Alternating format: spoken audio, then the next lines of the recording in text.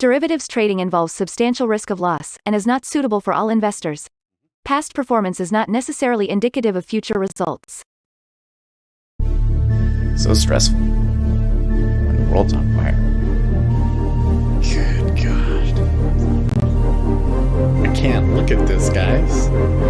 Like, my strategy is you buy it and you hope that you got a good spot. Yeah, but we all think you're crazy. You don't fight this. No way. The markets are freaking out and you don't think that anything is wrong? Come back tomorrow and I'll lose it all. Should be fun. Good morning, everybody. So we got big day today. We got non-farms. I got a guest with me today. This is Brett. Morning. Morning. So I tried to get the camera set up and everything so you can see us okay. It looks like we did an okay job. Yeah, not too bad. Not too bad. So Brett, just real quick to show you what you're seeing here on this screen. Like, this is what's actually going out, right? This over here, I'll pause this one because it takes up bandwidth. This is where, like, the YouTube chat is. So you would watch that. Or actually, it's right here, right? And then this is going to be Twitter, right?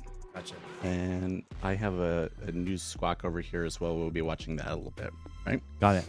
So let's come over to the charts here first and just take a quick look at what happened overnight.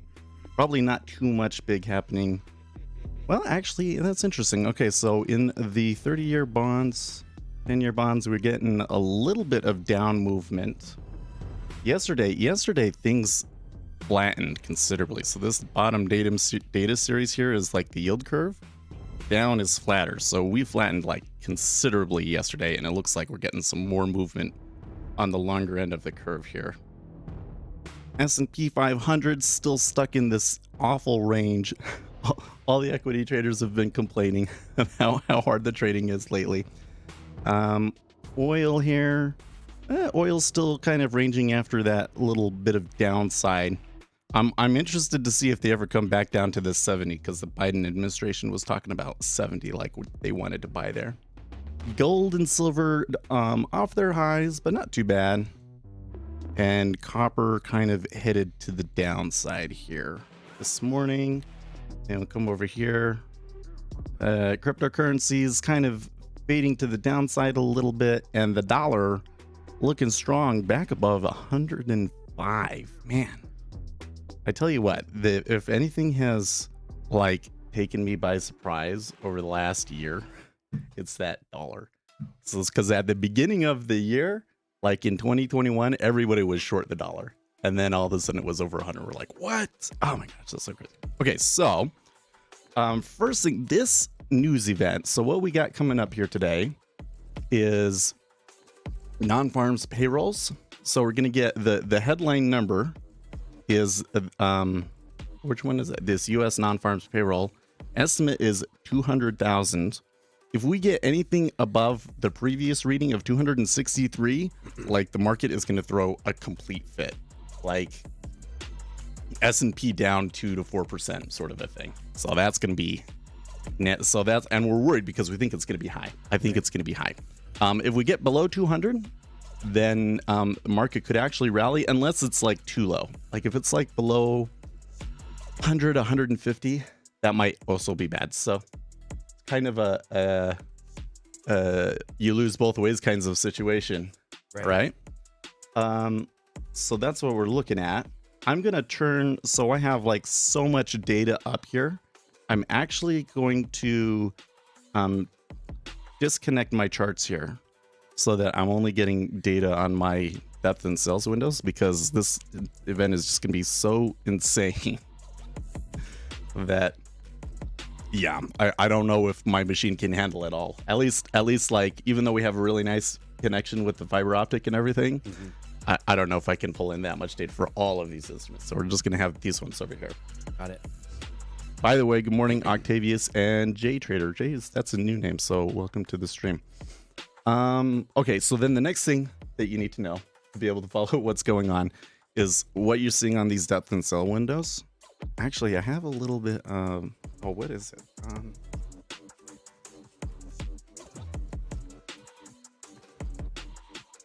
There we go.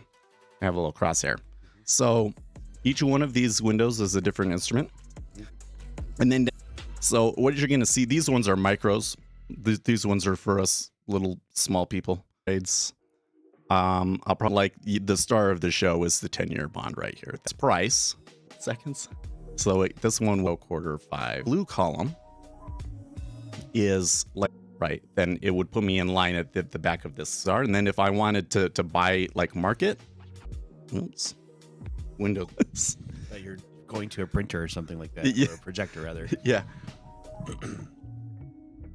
So right now, not very much liquidity out there. They're all pulling their liquidity because the news is going to happen in about 90 seconds here. But we're watching that liquidity and how the wake behind it. So it'll kind of get sucked back up into that wake. And that's kind of why. So that's the basics. So you know what you're looking at. Roger that. So any questions? No, I'm just along for the ride. Watch it right now. So I'll probably have more questions later for sure. All right. Yeah, you already had one question for me that I will handle after the stream. See, he was asking about like, do you have a daily target? Which is an interesting question actually.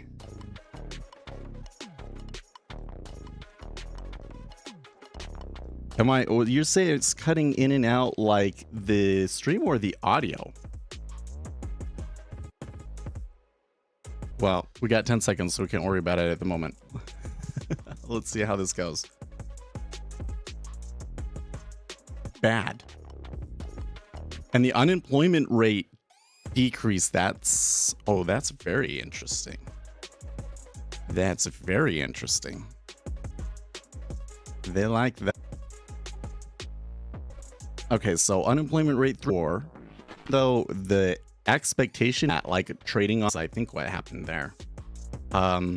Because still get really skeptical though about that's almost too just right.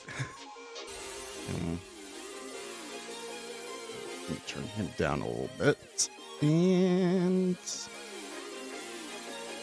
okay, so we had that big spike up here. You can see they're retracing it already. I think it's been long enough. I can start my data over here again. Hopefully that doesn't cause too many problems when I do that. So are you guys still getting like buffering on the stream? I think that might be a YouTube thing because I'm not over here. There's like frame skip, but only like one frame skip, and you usually get a few. So can't be that. I don't know what's with that. Kind of weird. TLA Trader says soft landing. It's kind of funny. Like, so in November, they were like, oh yeah, I think substantially feel a lot better about it. Maybe they actually pull it off. I tell you what, we've been saying on the stream like over and over, if they pull it off, triumphs tend to come like right after their biggest failures. It's like they cause the problem and then they fix it. Yep. And we're all like, oh, thank you. Okay, so I got my data over here loading up still.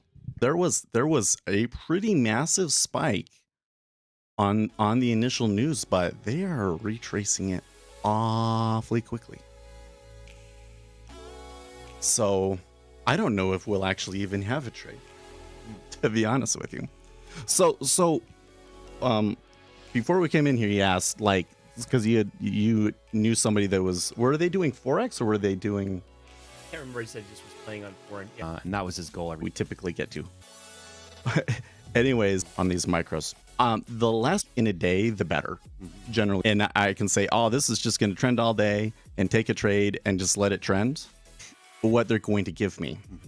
And kind of the whole thing, my approach is, I was going through like, okay, if it's like going to have a fit and S&P could lose like too many orders I think are going to come through, how far I estimate that it's going to move things. So like I have an estimate of if it's worth it to take a profit there, push and pull between risk and reward, right? So the thing that I think that your average person doesn't understand, although I do think a lot of upper out. Sure.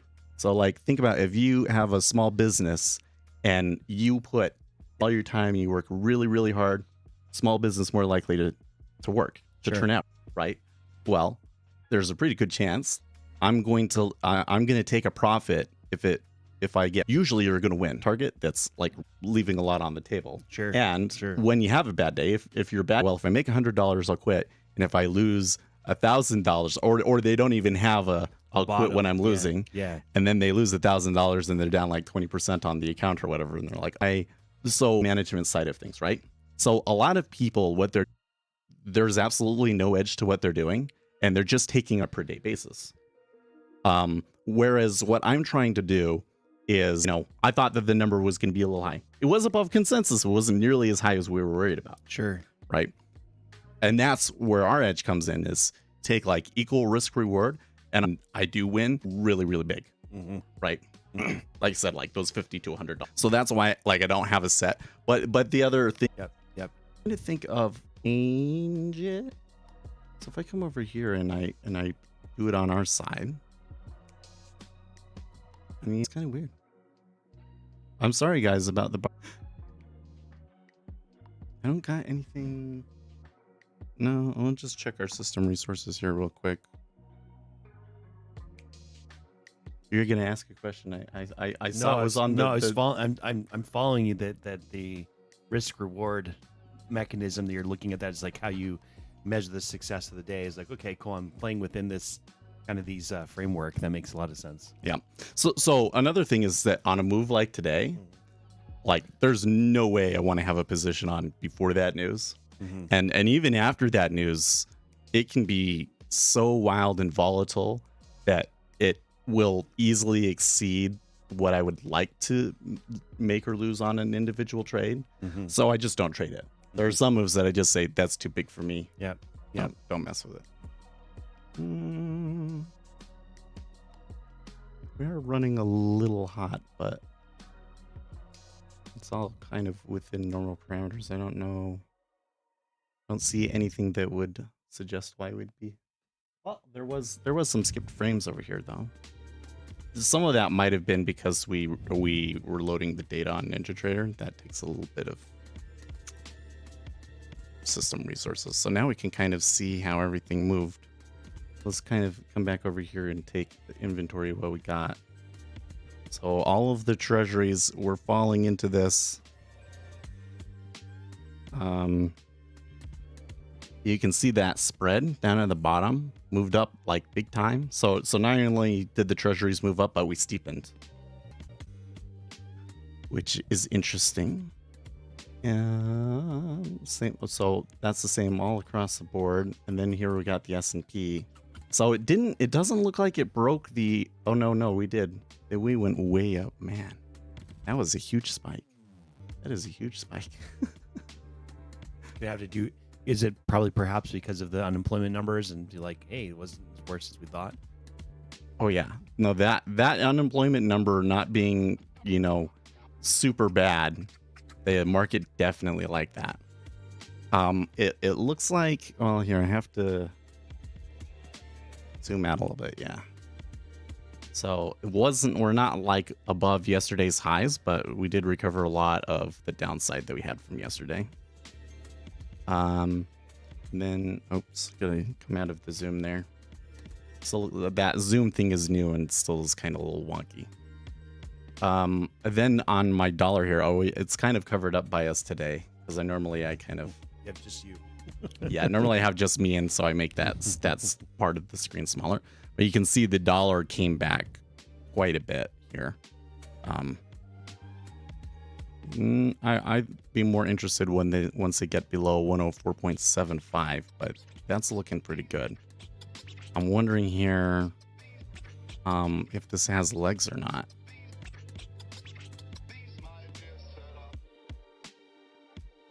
Leave a like for double one. Thanks, Thanks, man. He says it's stable now. I think it probably was just YouTube. Yeah, they say it's something about bald people is like we just dedicate our physical resources to other things. Yes. Well, there are people always say it like, you lost all your hair. I didn't lose any hair. It just migrates. It migrates is what happens. I'm also, the thing that I don't know. I'm really interested at current in like how the different social hierarchies work and like the kind of like unconscious biases that people have. So there's definitely like a bias against bald people, right? Like so I made a TikTok where I stitched some lady that was just like an insane communist kind of lady. Sure. And she sent her flying monkeys after me, man.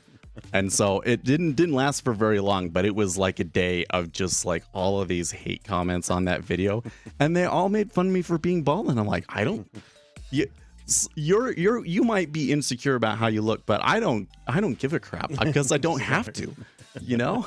I'm happy being bald, and I'm happy that I just don't have to comb my hair in the morning. Right. You know. Focus on making more money. It's like Samson from the stories, but backwards. Yes, sir. So they always say that like if you're bald, you're either badass or evil, right? Or somewhere in the middle, right? Somewhere in the middle. A conflicted evil. Okay, so this is coming back up to those eyes. Oh, so how far did it go? Wow. 10.5. So often what happens is that they never get past that initial spike. But we'll see. They're pushing. It looks like some money is being put to work here. So I should get into some of these properties of order book. So there's a what do we call this? There's a field of study called market microstructure. So market microstructure is like, how do the rules of the game affect how the game is played, what the optimal strategies are, that sort of thing, right? So most people, when they come in and they're looking at trading, you ever hear people say that like it's all psychology? Well, actually what we found is that the rules of the game have a lot more to do with how it gets played than people's psychology. It turns out that at least on a really short time frame like we're trading here, people are really, really random. Right. So we look at the market microstructure for kind of like behaviors and things that will happen. So really what makes something move is the orders, right? So for it to tick up, you know, there's like 500 contracts there. You have to trade through all those contracts first, and then it ticks up, right? Ticks. Oh, wow. Look at that. Stop run right there. You know, it will clear through those offers, and then somebody will start bidding there, and that's why price moves up, right? So basically the market orders are overcoming the limit orders, right? Well, there's kind of some interesting things that happen, you know, based on that dynamic, especially when you're like in a really strained market. So one of the things that will happen is like if a bunch of people trade all in one spot, these market makers like no longer want to put liquidity out, and so they won't put as much liquidity on the inside. So you get this situation where there's not a lot of liquidity in here, but if you move down there's more liquidity, and if you move up there's more liquidity, and so they get stuck in a range. So we call this a liquidity hole. So this is why like when you move, it tends to snap back, because the liquidity can't keep up, and the market orders, like as soon as the market orders like subside even a little bit, it snaps back, right? So then the other side of that is like how many orders come through is going to affect how far this goes, and like what the volatility and everything else is. So are you going to get like a bigger flood of orders than you did like right at the news? Probably not. So that's why often you get this thing where like it spikes up really big and then comes back and draws back like the ocean. And it's hard for them to get above that. So for them to get above that, there really has to be like, they really have to be saying, oh yeah, like we're really bullish from here on out, and yada yada yada. Which I don't know, based on that news, it could happen. I'm not too sure. I'm not willing to put a bet on it, at least. On a day like today, it's probably, well, first because I'm talking to you, but sure. But then also when I'm just not sure, it's kind of like better to just kind of sit on it. But there was definitely some buying there. Let's see here. In fact, it was quite a significant amount, in fact. So the other thing is that because we saw that flurry of orders and a couple of big trades in the middle here, that also makes me not want to touch it because you likely get the liquidity hole, right? So the interesting thing about the liquidity hole is that it takes about, I'd say 45 minutes for the order book to like recover from that. So what'll happen is you get a big move like that, and then it ranges for like 45 minutes. And then we can come back in, and if we still think that they want to buy more, then we can take it. So that kind of helps you like time it. Judge it and time it, sure. So that was kind of what happened there, and it was interesting. There's a couple of big orders out there too. So used to be that like before 2020, you'd come in here and there'd probably be 3,000 to 4,000 contracts at every price in the 10-year. And now most days we're not even to 1,000, but there's at least 2 prices there that have 2,000s on them, which is a little curious. I think that guy thinks that he's going to get filled there, so we'll see. I could, on this one right here, I could take a sim trade. You know, like if I'm not sure about it, but I still want to play around, I can take a sim trade. I don't think I want 70 though. Could maybe. Oh, hold on. Nick Timmeros from the Wall Street Journal: revisions to average hourly earnings data paint a marginally less worrisome picture for the Fed on wages than the November report. The upturn in wage growth in November was revised to 0.40. So the revisions were a big factor here too, probably. 4.6 annual wage growth in December was the lowest since August of 2021. Interesting. So they're liking that for sure. The other thing is I'm looking at the yields here. Now they're like getting clearly below 3.7. Ooh. That gets interesting. Like it's a little weird to be like the Fed's going to move interest rates to 5% and the market's moving things to like 3.5. Like what? Looks like it's gonna go. I didn't get filled there. We can try like taking some risk here. Yeah, I can do that. Okay. So what I'm doing here is I'm using multiple contracts and taking profits on one of them. And that kind of gives me a little bit more room to work with, right? So I'm taking a risk. Like I'm taking on more risk, but for a really, really short period of time. And then I take it off, and then that allows me to take like more risk on this other contract, right? Right, because of the timestamp. Yeah. So you sell market data, yeah? Well, I did. Yeah, I used to work for S&P Global, so I wasn't ever into trading. I just worked with companies that bought data from us. Yeah. So did you ever get like super into the technicals of like how the data works? Not like well, no, because when I was working with commodity trade, more commodity buyers that were buying and trading, specifically on actually buying food products, say milk, or they're trading on some of the more like fertilizer inputs and such, and so they were watching those kind of things. But more than anything, it was just these grocery stores and retailers that were buying the markets, but they were watching the prices. That's interesting. More on the retail side. So, there you go. They're gonna bust the highs.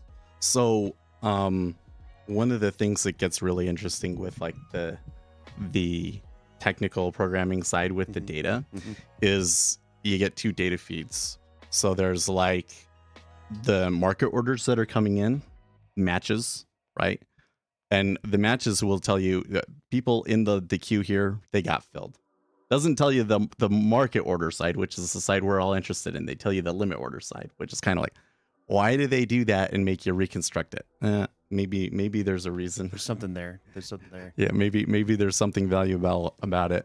But then the other feed is the limit orders changing. So it's hard to match up if you have a market order and the limit orders change. like matching them up exactly. Mm-hmm. Because the thing is that when you get a market order, it comes in, it doesn't tell you this was a market buy, this was a market sell. It just says there was volume at this price. And Right. you have to use the level 2 and say, this is what the bid and offer was at that time. Ergo, it must have been a buy or it must have been a sell. Sure. And if the two feeds aren't in sync, Something's up. well, it's not that something, I mean, it happens all the time. Right. But if it's not in sync, you can't 100, some volume might get miscategorized. Right. Right. So there's all these things about like, oh, look at that. There's all this stuff about like, the order of events and stuff like that matter. Mm-hmm. And it changes between data feeds and like, so I did this thing. I made a video a couple of months ago from these guys that were providing level 2 for NASDAQ stocks. And I got to get into that. And it was so Interesting. interesting. So you used to do that. So then what do you do now? Yeah. So right now, I was primarily leading a sales team that sold data. So I'm doing the same thing. I consult with other companies just around here in Salt Lake City, and then a little bit in New York, a little bit too, just from old firms I used to work with that sell data, but I just more specifically how to work with companies, so how to sell more into them, whether it's software services or trading services or whatever. Oh yeah. So maybe you can help me because I am not the sales guy. Well, I am the sales guy. That's the thing. That's it. So I lead salespeople. That's funny. I don't know what it is. Sometimes it's like, so I'm ADHD. I wouldn't say I'm a little ADHD. I'm average ADHD, but I'm on medication like all the time. Sure. But so it's not like you don't know or understand things like people that have autism. They like just straight up don't understand certain social situations, right? Like the one that I was seeing people talk about on TikTok was like, the higher in a social hierarchy you are in like an interaction, the more direct in your language you can be.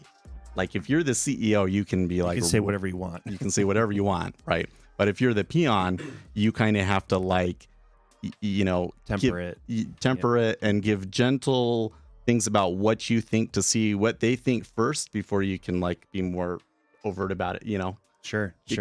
to try and judge them. And autistic people, they don't understand that. That doesn't make any sense at all. Sure. Right? That's not me. Me is, I'm in my own world and I'm just not paying attention most of the time. And so I'll either like miss something that people do, or I want to be doing something, but I have a hard time remembering and doing that. And so like the situation comes and you don't do it. Yeah, you missed the cue. Sure. So that's me. So sometimes I wonder, when I'm trying to like sell things, and it's really more, I mean, I do have some products, but it's really more the ideas. For sure. I'm dealing with ideas that people don't want to believe. Sure. So the big thing that people want to believe is like your brain is wired to be like a hunter-gatherer. So we look for patterns and things. So we say, oh, it moved up and then it moved down, and then when it moved up again, it was even higher. So that means something significant. Doesn't mean shit. Doesn't mean a they need the thing. Yeah. The technical analysis, at least in markets, doesn't work or is not very effective. At least not anymore. And it's because the market is very competitive. So if there is like a pattern like that works, Somebody's going to jump on it. somebody's going to jump on it and it gets removed from the market very, very quickly, right? So you kind of have to take a different approach. So our approach is the orders are what really moves the markets. So we have to predict the orders. And there's lots of things that can predict the orders, right? So like news, changes in expectations about future fundamentals, essentially. Sure. That can trigger orders. But other things that can trigger orders is just like, I'm an index fund, I have to rebalance at the end of the month. That could bring orders too, right? So if we can predict those things, we can predict the orders, and that's how we can make money. Got it. Right? Got it. People don't want to believe that for some reason. No, I think it's just like you said, they want to look at it from a simplistic standpoint. This is even me. I'm just looking at this like this is really very interesting and complicated. You really need to know what you're watching and doing, because otherwise it's not as simple as just like a kind of buy trade or buy or sell rather. Yeah. Well, it's not as simple as like it crossed this line, so now I want to buy. Yeah, make the trigger happen. So like with customers I was working with on the retail side of food, like again, we're watching the meat markets or watching, like even weather patterns. For a couple years ago, we had some frost that was down in Brazil that just killed the coffee market because it froze all the coffee beans. I remember that. Frozen coffee's great, but not frozen coffee beans. And so, but what was happening then, it was lucky for us, it was just coming out of COVID, so the demand for coffee wasn't very high. So it kind of leveled out. But again, if you were buying and trading on coffee, it was an interesting time to buy, because just the supply of coffee just wasn't there. So they're looking for other markets, who's got it, who doesn't have it. And then again, if you're like a Starbucks or you're a McDonald's that's buying coffee in bulk, they're trading on coffee because they have to get it at a certain price, or they can't make their margins. Right. That makes sense.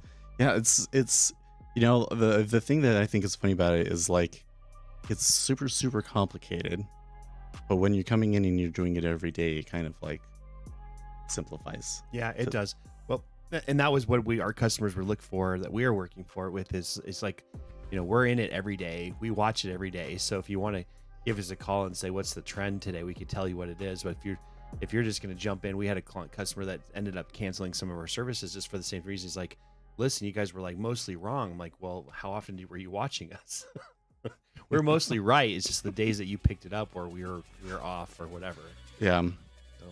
Well, was it one of those situations? Because one of the things that happens a lot is there's things that will work most of the time, but when it doesn't work, it's like really bad. It really doesn't work. Pretty bad. Like, this is what you're questioning your sanity. These treasuries are really moving. So if I come back over here to the chart, okay, so they're not above January 4th's level, but yeah, they've got a long ways to go. I'm just looking at like seeing it below 3.7 and I'm just like, man, that's something else. I'm also kind of looking at this over here and going like, that worked out really, really well. But I think that's mostly just because it's buying. So like, which direction they're going. So here's the thing. If I come back over to, are we still on the charts? So if you look at these bottom here, I'll do it this way. Control Alt P. Where'd my mouse go? There we go. Okay, so come on. There we go. So this middle data series right here is what we call cumulative delta. So it's all market buys minus all market sells. Okay.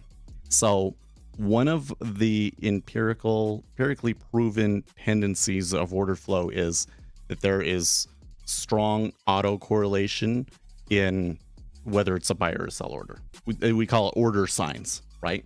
So that's why you'll tend to see this like really consistent kind of trend up in that cumulative delta. Basically, it means that there's more market buys on average than market sells, right? So like, why does that happen? It's kind of the interesting question, because everybody thought that it was like, I want to buy, and so I do it, and then everybody sees me buy, and so then they want to buy too, and that's what we thought did it. And they would make all of these models to try and like model that, and it didn't capture what we actually saw in the market, right? So they came up with a new theory. The new theory was it's because there are really big institutions out there that need to buy or sell a ton of it, and they can't do it all at once, and so they have to split it up over time. Sure. So we call these meta orders. I don't know why I got out on that, but it's a really important concept. So what I'm looking for is like a meta order that I can kind of like to follow. Yeah, piggyback on, essentially. I don't want to be on it like before it comes, because by the time it comes, it's like it's too late. Right. I don't know. There was something that you said that prompted that, but you see, that's me being ADHD as I lose track of why I was even saying it. No, I think part of it is like, again, in the coffee idea example, that is like, it just, people are watching it. It's like they want to know when everyone should make the move on it. The same thing was happening with the fertilizer market inputs on whether it's ammonia or those. We saw a lot of trends last year with just supply chain of some of the disruption with the conflict in Russia and Ukraine was, a lot of the supply was there. And so, these farmers still need to have, they'd already locked in their prices and such for the year already, but this next year is going to be an interesting year to watch. Oh, yeah. It was, so there's this guy on YouTube named Meet Kevin, who's, I don't know if he is anymore, but at one point he was like the largest finance influencer. It was kind of interesting. Almost all of these guys that became the big YouTube finance influencers all came from real estate. Huh. So it's because the whole thing is like people care about social proof a lot, right? Sure. So if you made millions of dollars, well, they made millions of dollars on real estate. It doesn't mean that you know anything about stocks. That's right. But That's right. he was was it 2021? No, it was at the beginning of 2022. He was on the whole kick of like food prices are going to go up super big and there's going to be like famine and all this other crazy stuff because of Ukraine, right? Mm-hmm. So he sold everything, right? Which was totally against everything that he was teaching on his channel, because everything he was saying on his channel was like, well, it's hard to beat the market, just average in and yada, yada, Yeah. right? He sells everything. And the thing that was so funny about it was that it was a really good trade in the end because the market got creamed, right? Yep. But the reason that he sold it didn't happen. Had nothing. Yeah. When you think you have it figured out, you don't have it figured out. Well, there's two things about markets that make it particularly unique compared to any other kind of venture that you can get into. Okay. So the first thing is that the amount that there is to know is just so immense. Yeah. Right. Yep. Like you can come in here and study like current market happenings, study the market. You can do that every day for your whole life. And that will still only be like a teeny tiny fraction I can see that. of the information that's available to actually know. Right. And the other issue is that it's incredibly competitive, and it's incredibly competitive on a what information do you have basis, Mm-hmm. right? So there's been all this controversy about congressmen, they're using their insider information to make money trades, on the market, right? If you know something that other people don't, that gives you an advantage. Yep. That's right. You now you don't have to have private information. There can be information out there in the market right now that's public and it's just not factored into the price and people don't realize it. Sure. That happens, but it's information and it's competitive. So you can't use social proof the way that you can in other fields. Right.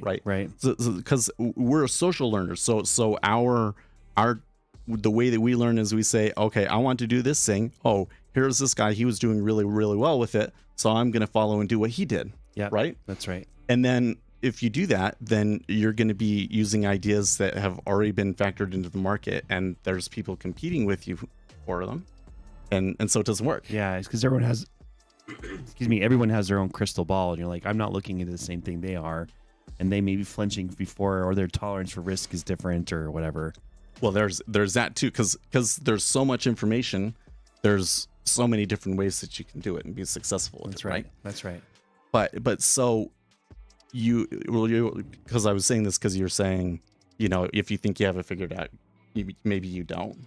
Like the thing is that you have to be the scientist essentially. Right. Like you have to do all your own primary research and you have to find things about the markets that like other people don't know. Or your trigger. Yeah. Or your triggers or your crystal ball, if you will. So yeah, for sure. Yeah. And so like when you're learning, if you're doing this, if you decided to do this, the things that you would want to be learning are like, okay, so like here's the information that we do know that's proven, right?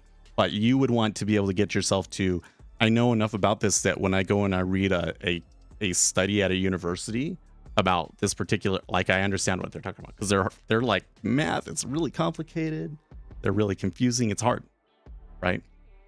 So you have to learn that. That's, you have to learn the data science. Those are the sorts of things that you have to learn so that you can do the research, right? That's right. That's right. You know what you're reading for, and you know who to say this person's full of crap, or that particular study is mostly right, but this is my feeling, or that, because you're overlaying your own kind of social opinion of that as well as influenced by others. Yep. So like on YouTube, if you come in and you show everybody you have a Ferrari, then they're like, oh, he must know what he's talking about. They want to follow you, right? I don't do that because, I could come in and, well, first of all, I'm not making a ton here, right? This is like $10. Yeah. I'm risking $10 to $100. It's not no big deal. I'm very actually quite measured with the amount of risk that I take in futures. I've been doing it for a long time. Most futures traders quit within the first year. So like for me doing it for 5 years now, that puts me in like the top 10% of all futures traders, right? But it's not a lot. So I don't really have anything like super fancy to show people for social proof. But at the same time, I feel like that if you're attracting people with the social proof, it wouldn't actually be helping them, because what I'm trying to teach them is those are all kind of like shortcuts that we as humans use that don't work in this field, right? Yeah, makes sense. Oh, so what's going on? So for those of you that came in here late, this is Brett. He's my neighbor. He works with market data. So he used to work for the S&P. And well, you have to tell who you work for now. Yeah, so yeah, I'm an independent consultant right now. Oh, okay. So doing my own thing. Yep. So yeah, I'm a neighbor. I knew Seth did this. I said, Seth, hey, can I come watch you one day? And here we are this morning, 6 o'clock in the morning, or 7 o'clock in the morning. And no, we're not twins. We already talked about that. We both dedicate our physical resources to not growing hair on the top of our head. We're just both bald. I know that all bald people look the same, but we're not really. I'm not an insider anymore. And you can see, because how tall are you? I'm 6 foot. Yeah, 5'11". Yeah. I'm not a large person. So once you have, I mean, you can even kind of tell just from looking at his face and looking at my face. I'm just I'm secretly slender man, and is actually what it is. And I'm not. I'm just a really slender guy, and he's huge. No, this has been tall. Yeah, this is a interesting. I was asking him today. He's like, he said, yeah, today's the non-farm payroll day, so let's come check this out. So yeah, here I am this morning. Yep. I wanted to pick a day that would be really exciting. I have to say, well, I mean, it has been really exciting, but wasn't like everyone thought. Yeah, well, it was. Well, so let's see here. If we come over, well, I don't need to move it over here, but biggest winner right now is silver. Oh, that's good. I own some silver, up 1.67%. So it's an up day, but it's not super insane. Sure. And in fact, the treasury is actually, after that really strong buying push, has come back here quite a bit. So, I only have one contract on it. So this is where you see, like, I got in at 08, but it'd have to go below 05.5 for me to be negative. So what I'll do is I'll put a stop order here. That way, if I forget what I'm doing, I won't take a loser, even though it's a sim order. Sure. He worked for SP. Ask him which stocks are going to be added and which ones are going to be dropped and are between the cash index. And Great question. I was on the other side of the business so much. I worked with the sales guys that sold the market data to companies, so was not privy to that information. In fact, the trading floor was locked down from anyone that was not on that team. Yeah, so what else? It's just a couple of comments about. I wish I knew why we were getting the buffering at the beginning. This is not the first time that's happened. Like, it doesn't happen very often, but sometimes YouTube. I think it's our city, because I'll get the same thing. I'll be running trainings, leadership trainings, or sales trainings and stuff, and sometimes they're like, just drops out for a minute. I'm like, what happened? I mean, of no fault of my own. It's just something that our fiber optic company likes to play around with us. So where we live, they have this program where they provide fiber optic as like a utility, like in the same way that telephone lines were provided, right? So I'm only getting the basic fiber optic, and sometimes I'm like, maybe I should really go all out and get the $100 a month fiber optic. Yeah, it's a big jump. I'll tell you. We did make the jump because I do a lot of video training and such like that. Oh, They okay. make but still, they without any announcement, they say, hey, we're gonna, we're testing something today, and it's generally like, look, not at 6 a.m. I'm on. Like my clients are in New York and London, so like this is screwing me over. Like, well, no one else is awake. I'm like, wrong answer. That's funny. So when you do presentations, so first, what video conferencing software do you usually use? So generally what we'll do I've used them all. So like when I was in, let's say 2007, I was introduced to something called WebEx, and that was before Cisco bought it. Yeah. And so it was super boutique-y, loved the product then. The company was really fun and hip. Cisco bought it, and then it worked for, it's still a good product. But so either WebEx or Teams, Microsoft Teams, Zoom, all the above. So maybe I can show you something that might be directly useful to you. So this program that I use to stream is called OBS. So it's primarily for streaming to YouTube, Twitch, etc., right? Oh, what's the question? Hover wasn't only it was a great general YouTube thing. Oh, okay, thank you, Brian. Anyways, so there's this other button that's like start virtual camera. So what you can do is you set up the OBS, and then you can make the OBS like the camera that you're using in Zoom or whatever, and that allows you to like set up scenes like this where you can have your picture down here and you can have the whole thing up there. That's cool. That's cool. And then I have this Epic Pen thing that I use that I can like draw and stuff. Oh, sure. That allows you to annotate on the screen. So I've been having problems with it lately. I think I need to restart it. They did an update and it hasn't been as good since then. But yeah, and you can do anything you want with OBS, right? Then That's awesome. Really, have to check it out. So I was gonna. Oh yeah. So we had gone. I see how ADHD I am. I was like, so here's this subject. Here's this subject. It all comes back in the end. If you're tracking with the person, though, there's your social science of that. Is if you're tracking with the person, just keep running.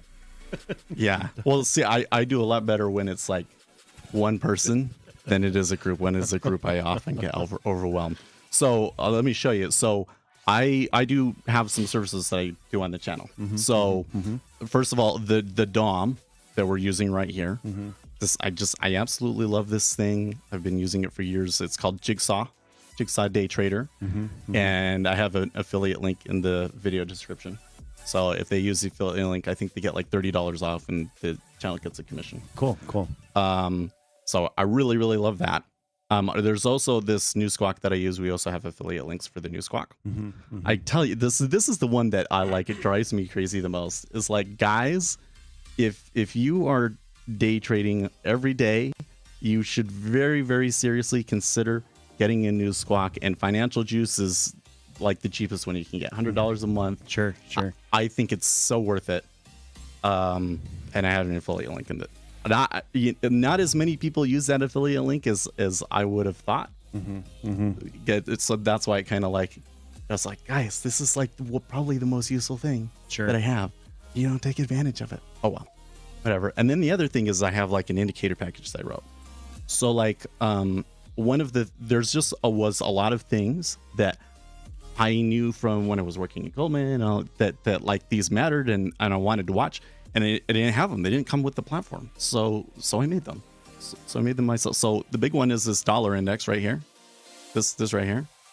So the dollar index is, there's futures for it, but it's on the ICE exchange. And we all trade on the CME. So we don't get the data. And it's like $100, $200 a month to get that data. Sure.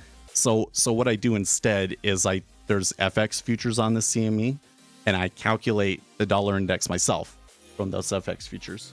And there's a lot of complexities when you try and program it into the thing. So put that up. So that's in my indicator package. And then the other one is like the spreads, like this bottom data series. the bottom data series there, where we're seeing steepening. That's a spread chart. I have a free version of the spread chart, and then an advanced version that does things like it auto rolls over, and it handles like a live data and historical data differently and stuff like that. So there's a couple of advantages there. That's cool. That's awesome. It has another cool toy that I have is this market depth tape right here. So what this does is like if somebody comes and stacks a ton at one spot. In fact, actually, where's the other one? This one, the treasury. So you can see here, we remember we had those big ones. Yep. Those big stacks, and you can see when they hook them off. And it makes a little clicking sound.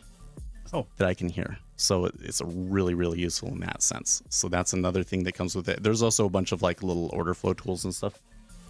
So I have this indicator package that we also. That's awesome. That we also sell. Well, yeah, to your point, just saying like what information you need and what you need to pay attention to. So like that seemed to be helpful. Yeah, because the thing is like, obviously it's competitive, and the way that the game is set up, like most people are going to lose. Like no matter what happens, at least 60% of day traders are going to fail, right? Yep. But it's actually closer to like 95%. Really? Because it's probably because they dabble, right? They get in for a couple days and like, this is too hard. So a lot of it is the people that they get in and they don't last very long and they don't know what they're doing, right? But even amongst the people that trade for years and years and years, still the majority of those fail. And so I can't come in and say, oh yeah, you're totally going to make money and all of these people that are really successful with it. No, but what I can do is I can give you a fighting chance, right? Sure. These are things that you do want to that you do want to have in your arsenal. That if you don't have them, you're not going to understand everything that's going on. Yep, that's an interesting question. What's in the news that prompts? Okay, so yeah, we should cover this again. Same as last unemployment, but now it's a buy instead of a sell. So Nasdaq Killer is one of my most active longtime viewers. And he's from Morocco, and he asks good questions like this because it's really confusing, especially in this one, because it's been like bad news is good news is bad. So like if the payrolls is high, then we sell. But this time, good news was good. What happened? So here's what happened. The estimate was 200,000, but 203, right? 203. Yeah, 203. But that was not what the street was saying. Everybody was revising because we had ADP on Wednesday, and all of the other numbers that we got in the week kind of suggested it was going to be higher, right? So there was people buying or they were selling yesterday, the S&P like really hard. I think in anticipation of this, thinking that it was going to be high. So that's the first thing is you got to understand the consensus was 200, but it was probably actually more like 250. So when we got 225, that was actually under what the street thought, and so they interpreted that as good, is what I would say what happened. But overall, it being really close to the estimate is just right. It's just right, and they liked it. Was that everything? Just more commentary about our twinness. Our twinness. Are you guys brothers? Our kids play. Our kids play together. Oh, actually, you know what? I have a picture of one of your kids that you might like. I'll show it over here. Sure. Where is it? Because this camera, we got like. I certainly don't make enough to make a living off of this, right? It's like $100 here or there, right? But I was able to pay for that camera. That's a very, very nice camera. Yeah, I can tell. And where did I put them? Well, we were at the park, and Abby and your daughter were posing for me, and there was one picture that I got of her that was really good. If I can remember where I put them. Photography right here. It was kind of hard one because there was like really harsh light on it, and I was like, I went in there, I was like, oh, this would be fun to try and practice doing that, but like it was beyond my abilities, so I kind of gave up. Here it is. You'll stretch. Look at that. Isn't that a good picture? Wow. Yeah. So if I could figure out how to get the skin tone right. That's I for me, that's like you print that out on like archival paper Sure. and hope that it lasts like 4 generations and Yeah, stuff. love it.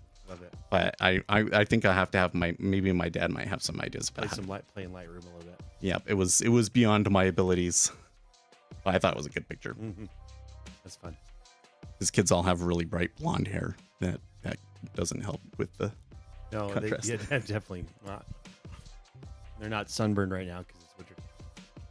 Oh my gosh. So he's almost 3. So he was born in February. Mm-hmm. So Asher, my 3-year-old, everybody's all like, oh, his hair got darker because he used to love to be outside. Now that it's cold, he doesn't want to be outside at all.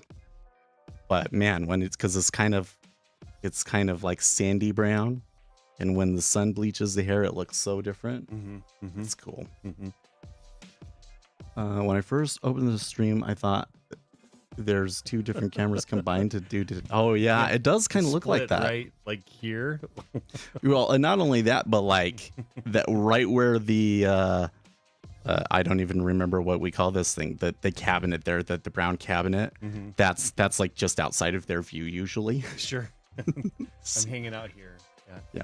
Oh yeah, and the lighting's different too, because I'm in the dark and you're just right in the middle. Yeah, mine. I have that key light is hitting me a little bit better.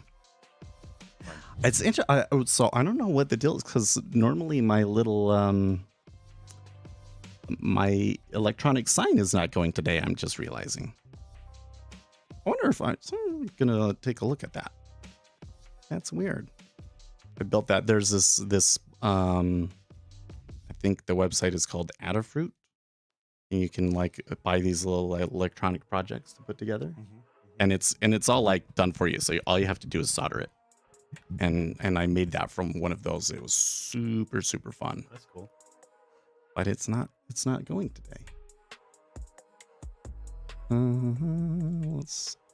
So it's like got a Raspberry Pi, so I can like SSH onto it and see what it's doing. Yeah, put it over here, so they don't necessarily want to see that. Good information, thank you, Sean. You're getting a lot of so like, I mean, these are things they talk about on stream like almost every day. Oh, it's not on. Oh, Asher must have unplugged it. I'm not seeing any plugs coming out of it.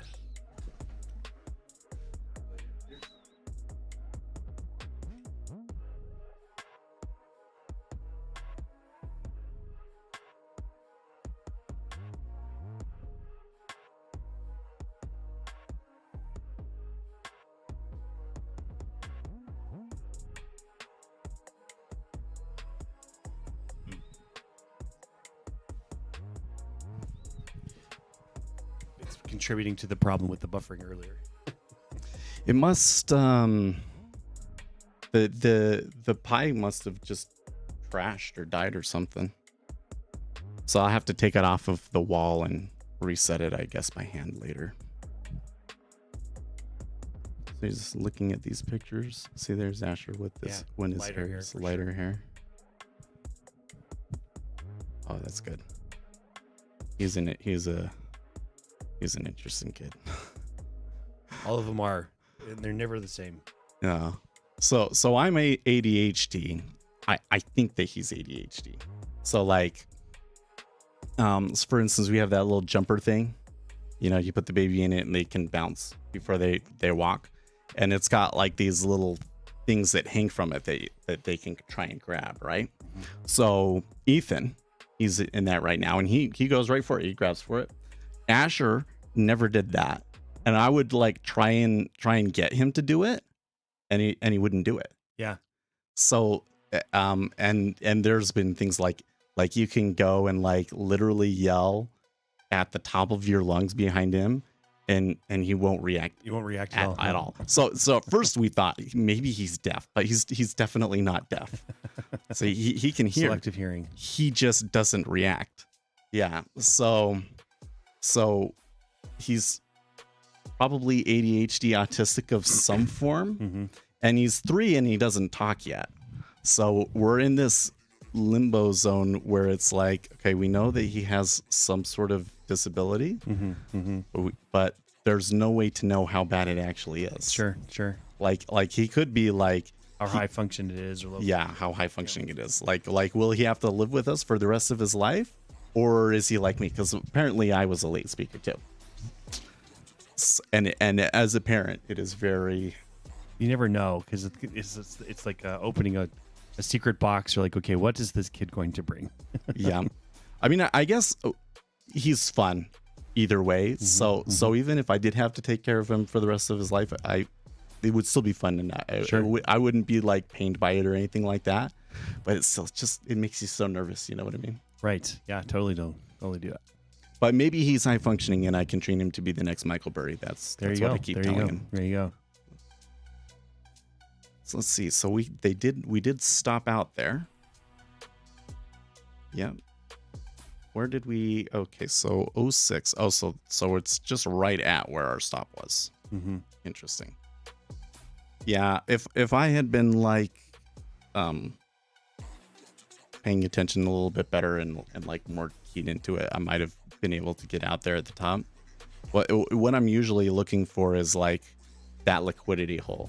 It's like we'll have a move up and you'll get that liquidity hole. So once you have the liquidity hole, if there's another leg to the metaor, because what they'll do is they say, I'll buy half of what I need to buy, and then I'll wait 45 minutes, and then I'll buy a quarter of what I need to buy, and then you get another leg up, right? So I'm often looking for that other leg up. But the other thing is that when that liquidity is damaged, the sell orders are actually going to have more impact. Sure. So if somebody comes in and decides to take a counter trade, it's going to push it back down a lot more. Right. So that's why I'm always looking for those liquidity holes. And it looks like there was maybe a little bit of that at 12, but it's hard for me to say because I wasn't watching it super carefully. But that might have been like a sign to get out. Right. Essentially. For sure. Was the level 2 data showing signs of buying a few minutes up to the non-farm release this morning? That's a good question. It seemed like actually maybe. So, I mean, the liquidity pulled so early that it was really kind of a mess. I was trying to explain to Brett here, like, okay, these are the limit orders, and it was moving too fast. Yeah, it was going. Yeah, but it did kind of look to me like maybe there was a little bit of buying before it. I mean, you can see it like on the chart here. If you look down at these bottom charts and you look just before this big spike, there was a little bit of buying.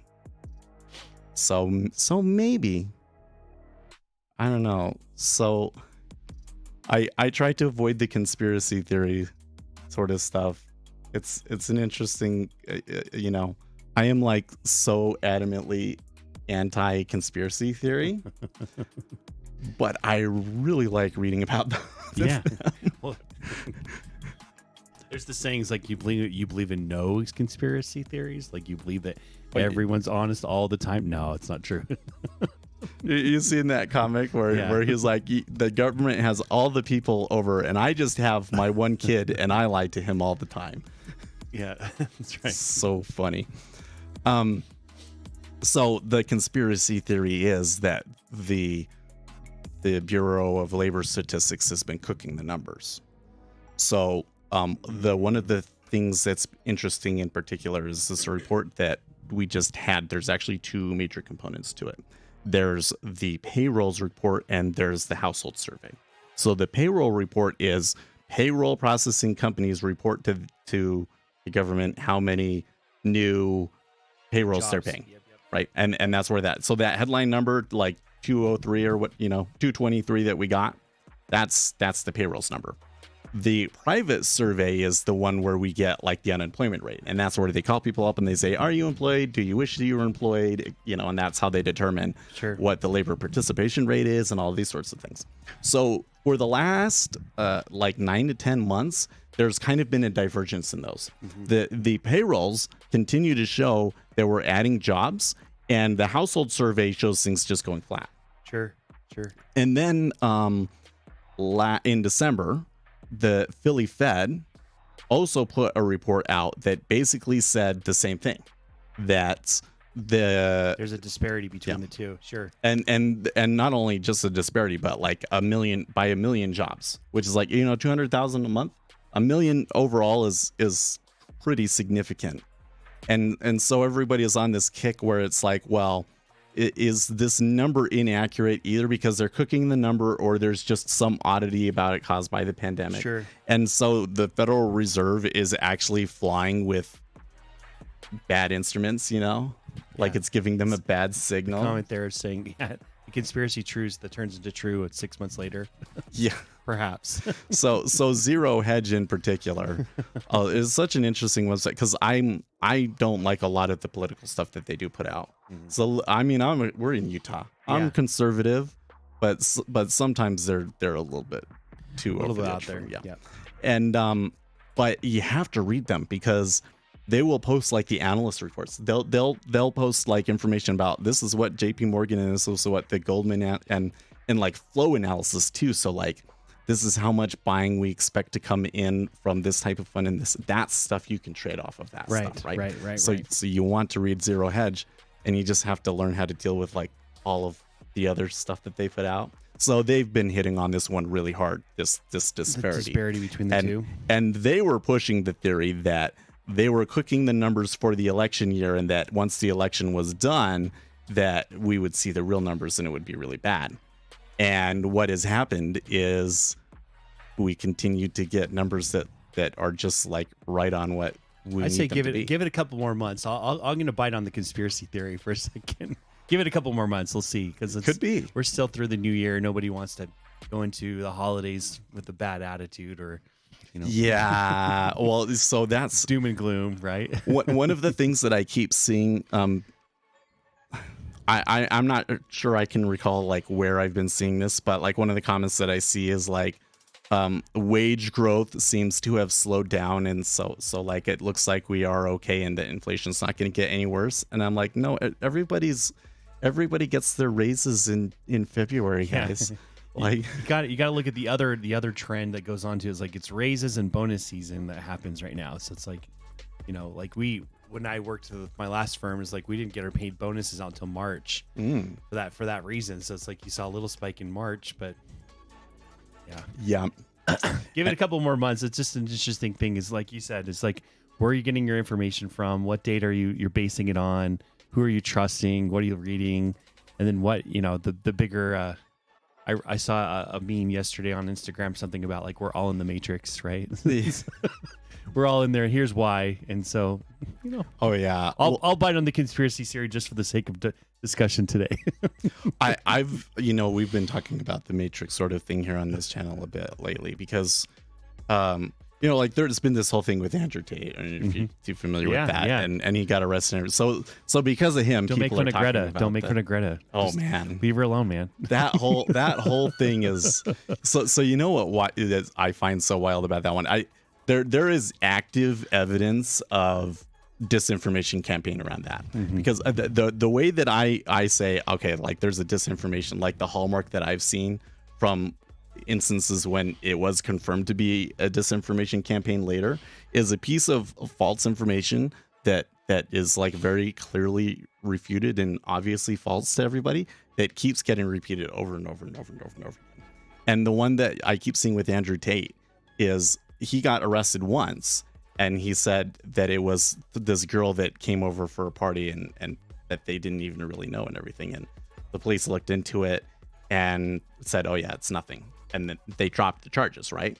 And what happened was then they went back and they started like investigating. Because when they arrested him this last time, they put this statement out that was like, oh man, like This they is an had ongoing investigation for months. Yeah, and they have like 6 women that are going to testify and everything, right?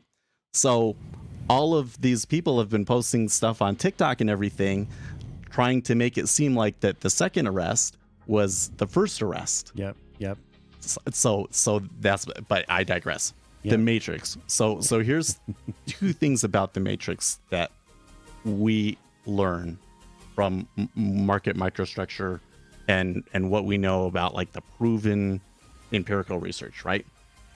And the first thing is everybody thinks that the Matrix is like this thing that was built by the rich to control us and that sort of thing. You know, who built the Matrix, right? The Matrix built the Matrix. Sure. It's its own system that has its own interests, and it's able to create incentives that get people to do things that help. But it's been like built up over hundreds of years. Sure. So it wasn't something that the rich built, and a lot of the things about how the Matrix works and how it affects the markets and were not intentional. It was, you know, they made a law. Byproduct of that happened, and they just went with it for sure. Yeah, they made a law, and it just happened to be that way, right? But then the second thing, and this is the thing about the movie that I think people miss, because I feel like this is the central message of the movie. Okay. So in the movie, how do you defeat the Matrix, right? The whole movie is Neo fighting Agent Smith, and like it even gets to the point where he beats him, right? There's the whole train thing, and he jumps out of the train, and Smith gets run over by the train, and then what happens? He just pops up as somebody else. Right? You can't defeat the Matrix by going after the people. The only way that you can defeat the Matrix is changing the code. How does Neo win in the end? He jumps into Smith and he actually modifies the code of the Matrix. That's his special power. Sure. So he can change the code, right? Sure. You have to go into those systems. You have to understand the system first. Then you have to go into those systems and change how they work. Yeah, that's funny. On a light and different note in terms of the systems, that's a lot of what I work with. My sales guys is the same thing. It's like you're in it. So how do you win in it, right? You got to change the code. So you got to change how you operate, how you think. What are you reading? What data? What social proof are you looking for? So that you can say, okay, I'm going to change the code of the social proof that I'm looking for. Yeah. So I'll say, okay, Seth says this, or so-and-so says that. Okay, cool. I'm going to take that at a 25% value or a 50% value. I'm saying I'm going to put, okay, but so then what's my other half of proof I need? You know, change your code.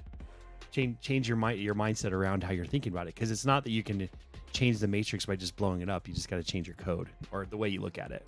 It's a good point. Really, I didn't think about that point, because it's like the end of especially the first one, he jumps into him and he fundamentally becomes him, and then blows up. He blows up. Yep. Yeah. Wow. It's changing the code. The other thing that I think is funny is, like, over the whole course of the thing, they don't get rid of the Matrix. No. They just self-perpetuate. They change it. Yep. Let's see here. So what else is going on? It's a good time for me to kind of take inventory of things here. So it looks like our spreads are coming back a little bit. We've definitely, retraced a lot of that. I mean, we beat the initial spike, but I would say these pullbacks are relatively large. Silver really did super well. I don't really see anything else too interesting. Come on, I need to make this. What's oil and gas doing today? Okay, so this one right here is oil, and it looks like oil did take a jump up on the news, but it's not super big. In fact, if we come back over here to like our volume profile, yeah, I mean it's outside of the last day's range, but it's not even close to retracing the damage that was done on the 4th. That was done on Tuesday. Yeah. Rough week. Yeah, this one's been last year I was in on the oil thing because I worked there. I really value what the Goldman analysts say. Sure. You just have to understand that they're only talking about the fundamentals, and what moves the markets is the orders. So sometimes those things aren't the same. They don't correlate. So you have to realize they're only talking about the fundamentals.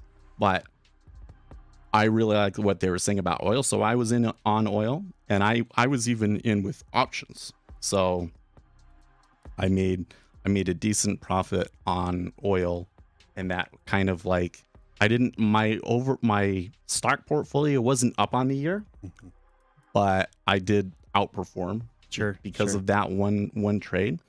But the thing was, is I took profits before Ukraine happened. So I missed that thing, and I've always been looking back at it like, well, Yeah, the other one the interesting one that I've been watching recently is natural gas movers. So there's one company that's based in the States that got a bunch of contracts when natural gas, because we're right coming into those winter months. Someone's got to move it. The other natural gas providers, Ukraine, Russia. So effectively, it's somewhat offline for Europe. So if you want to watch, that's an interesting that I've been watching lately. Yeah, natural gas has been so. I have one of those up here too. Where's my mouse? The point of the TLA trader talking about the euro dollar. The euro is just—it's an interesting thing. You watch Europe and say, okay, that they need that natural gas, but they've got to get it from somewhere. So if they're not going to get it from the Middle East, or they're not going to get it from Eastern European, it means they're going to get it from us or somewhere in the West. So watch the companies that are moving natural gas. Interesting. So like natural gas has been such a wild ride, because there was at the beginning of the winter, I'd have to go back further, but it really spiked up. But then lately it's been going down. And I think it's because perhaps it's because oil is coming back, or it has come back some. I don't know. There's another thing is that this is the price of natural gas in the United States, which is different from what it is in Europe. And I bet that's inverted in Europe. Yeah. I bet it. And I don't think that it's like a super active market. So when there is a change, like it changes really quick. So it's something that I would be nervous holding overnight, you know? Yeah. But yeah, I've been keeping an eye on that one. So I keep watching oil to see, maybe oil comes back down and I get a good spot on oil stocks, but I don't know if it's going to happen. Perhaps not until the Matrix code changes. It's so funny seeing people come in and they're like, oh, there's two people.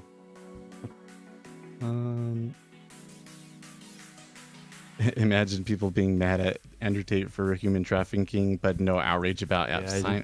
Don't get me started on that one. That's just it's an incongruence of equity of justice. Yeah, well, I mean, Epstein kept a low profile in the general public.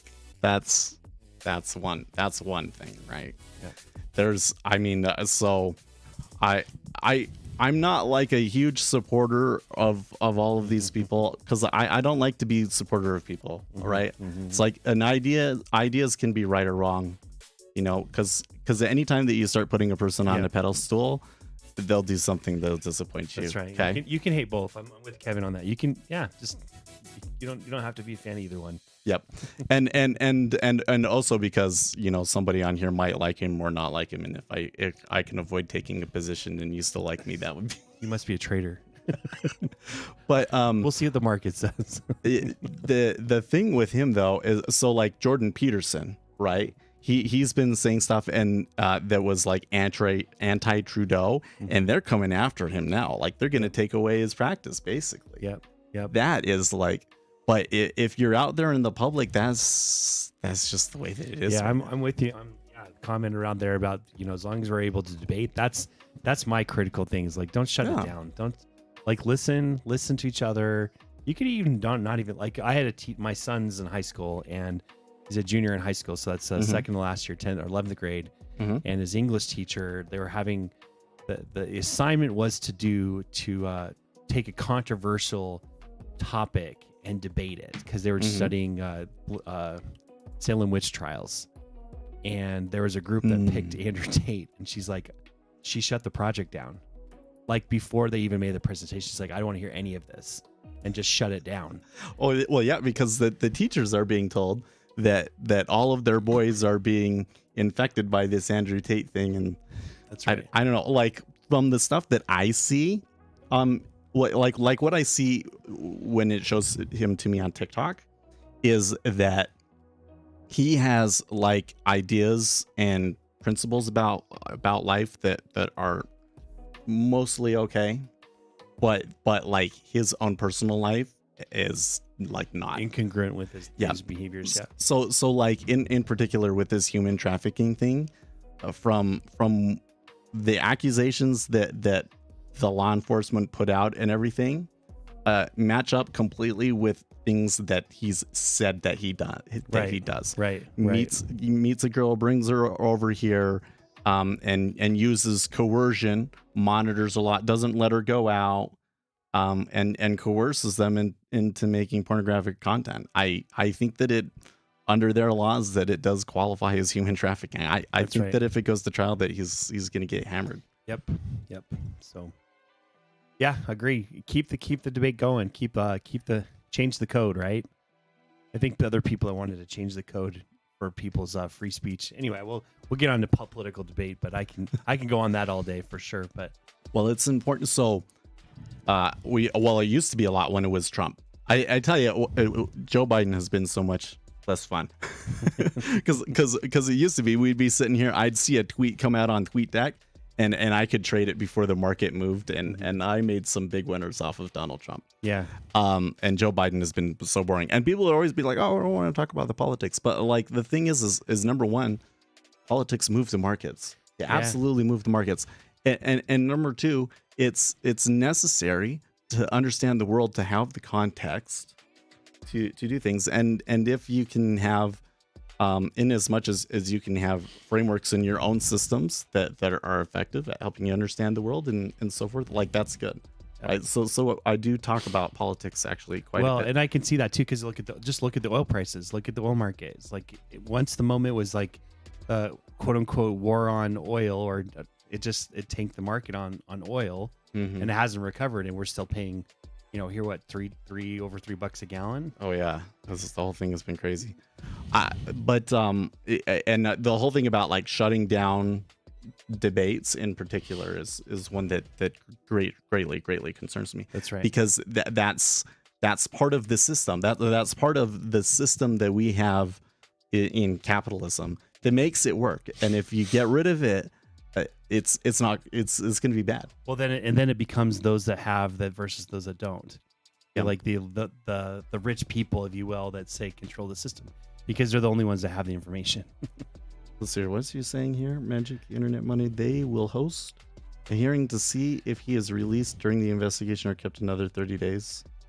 Yeah. It's just this one. The Romanian government's going to run things. They just run things different. Yeah, every country's as their justice system. It definitely goes to trial. Mm-hmm.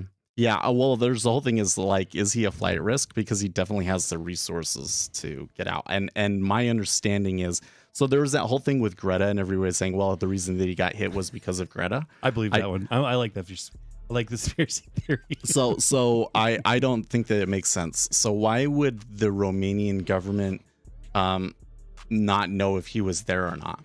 I think that the reason that it was significant was because it showed them that they were both there. I think that was the key, was that they were waiting for both of their brothers to be there, because if they just took out one brother when the other brother was away, then they would just never come back. Right. Oh, you got to go at 8:30, right? Yeah. No, I got at 8 o'clock. Oh, 8 o'clock. Okay. So you got about 10 minutes. He is a flight risk. We'll see. Like, the thing that's sad about it is that there are some discussions there that need to be had, that I feel like they're going to say, well, that's what Andrew Tate said, and then they just shut it down, and we don't have the conversation. Right.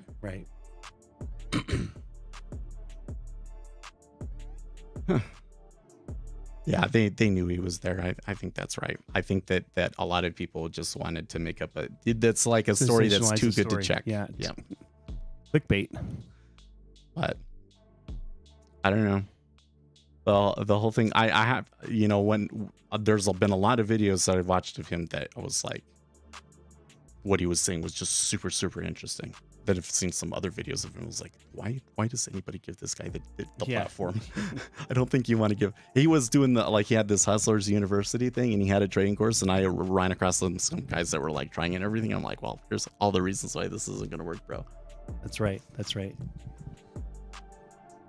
Anyways, so I was gonna ask. So I kind of gave an overview of some of the services and things that I provide. Are you trading post PMI? No. So there is a news at the top of the hour. I don't think I'm gonna take a trade today, but we'll see. Yeah, I did take a sim trade. But anyways, based on those things, what like how do you approach sales for that? Like if there's something So like, and what kind of the thing that I'm mostly interested in is like, you can see how I communicate. It's a little weird sometimes, right? Is there things that I'm obviously doing wrong, or do I just need to keep at it? Or No, what do I think you just keep at it. I think most product, regardless if it's a viewers or if it's selling training products, or whatever, like anything in selling is just identifying where people have pain points Mhm. and say, how can I help it? Or what's on your whiteboard and how can I help solve that problem? I take a real other-centered approach and say, okay, so talk to me about what's on your whiteboard and what problems you need to solve. So if you say, hey, look, I need to, get a strategy on how to be a day trader. Mhm. Okay, cool. Well, then there's specific questions. What's your tolerance for risk? What tools do you have access to? What information? What do I need to be reading? What do you not be reading? Like, who are you following? All those kind of things. So if you're talking about wanting someone to get into day trading, say, kind of here's the package. Here's the things that I would do to get started into day trading. Because this is awesome. This is an absolutely amazing setup. It's a little overwhelming. Like it's, Yeah. I mean, it's as it So- should be. Put as many numbers on the screen as possible, and then when one looks pretty, you click it. Because even looking, you're saying, say, hey, you got the numbers, you got the timestamps, and all those kind of things. Like this is really interesting, but you've got to really do a deep dive on it. But someone that wants to get into it, I think that's probably where you said, a vast majority of people just fail at it because if you're not watching it consistently. So again, in sales, well, what's holding someone back from being successful in this? Is it tools?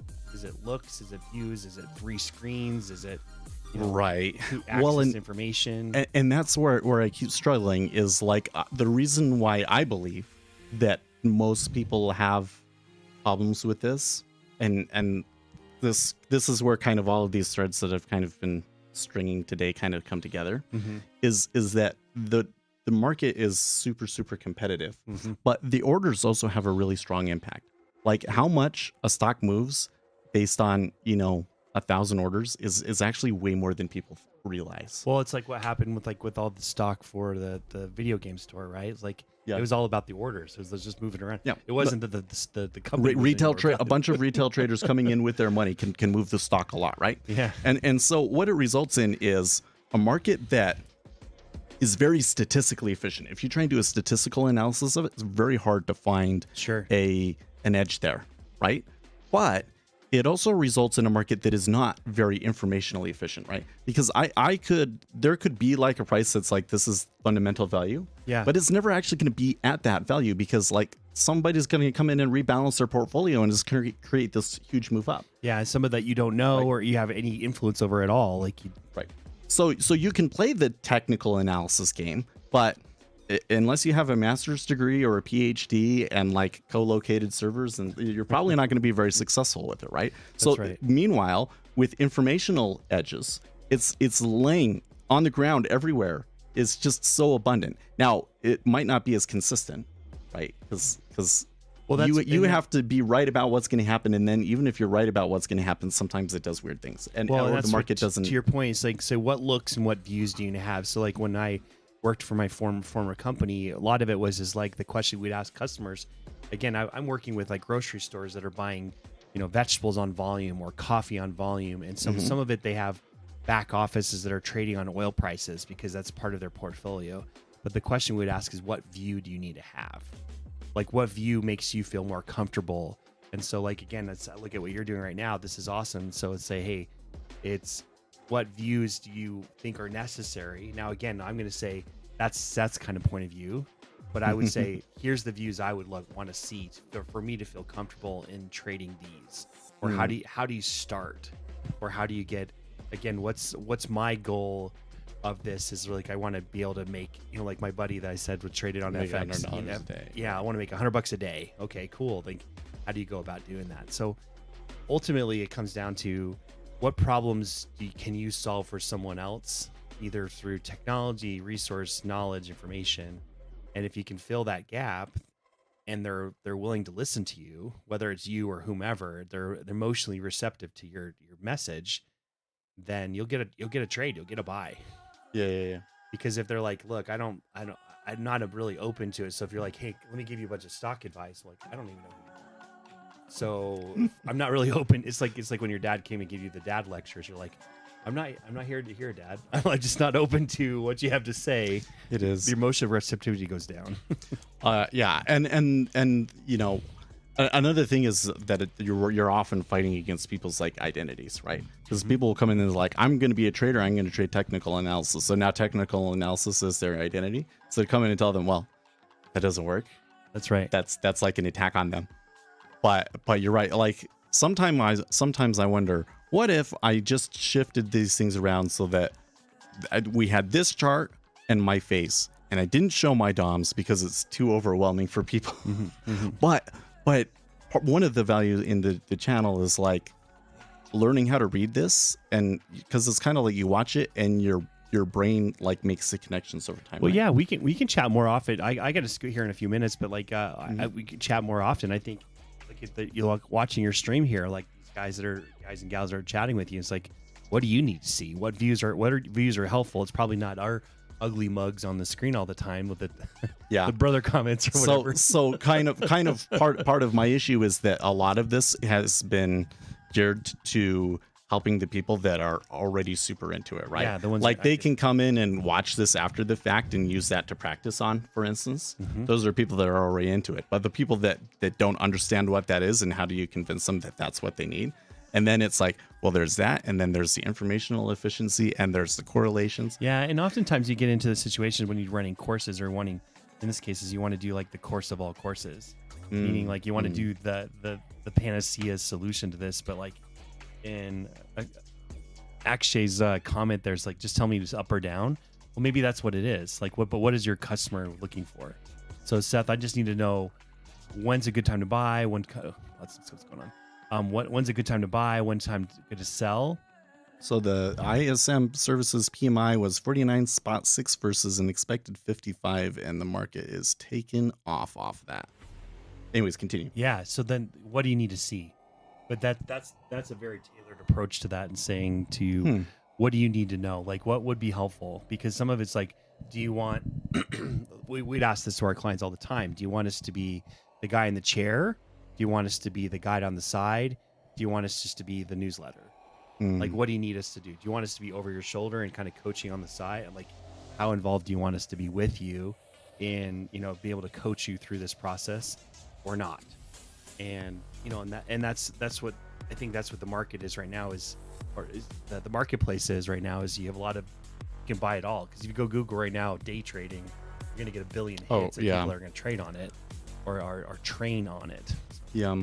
I think that for me, that at least in terms of like a business, that I should probably be more focused on the tools, because that's, there's this tool. Well, I love your tools. Like I was saying, is like, but your tool that you built is say, hey, this did this, but I added this component engine. You have that capability of solving that problem, or that's the hole in the marketplace that somebody's looking for. Yep. And say, even if it's like, okay, I want that plus a little tweak. Okay, cool. Well, you got your base service of that and your little tweak. We can, Seth, I'm happy to talk to you about other kind of ways to market what you got going on here. This is really awesome. So yeah. Thanks well, that's cool. I mean, I like all of that stuff, because it's, like those are things that I hear all the time, but it's like hard to put it into practice and to apply it to you. But I like to talk some more. You can come. I do this every day, so any day you want to come. Well, I'm up. Yeah, I'm generally up when our kids are getting up, so I got to go rent carpool right now. But thank you. Thanks for having me come today. So just hand this over. Nice to meet everybody. Thank you very much. I'll be right back. I'll see him to the door here.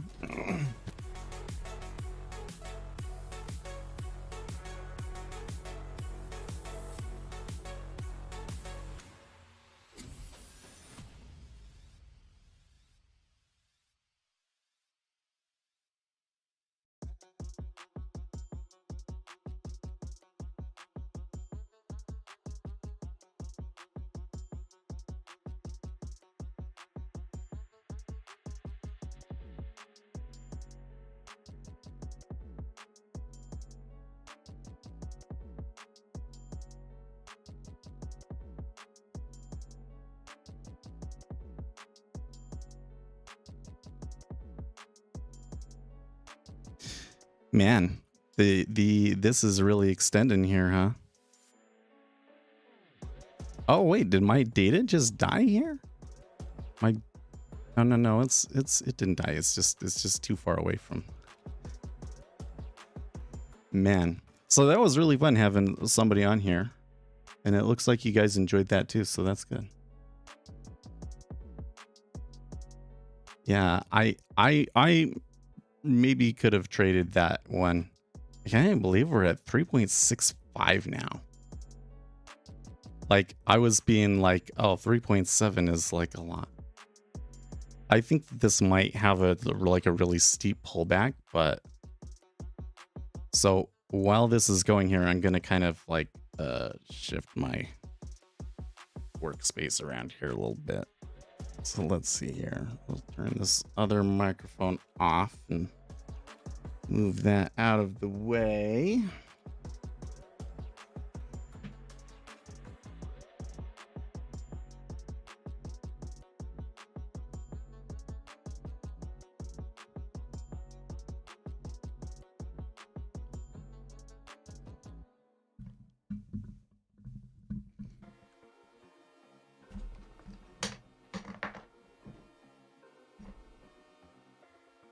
And then let's fix the screen here.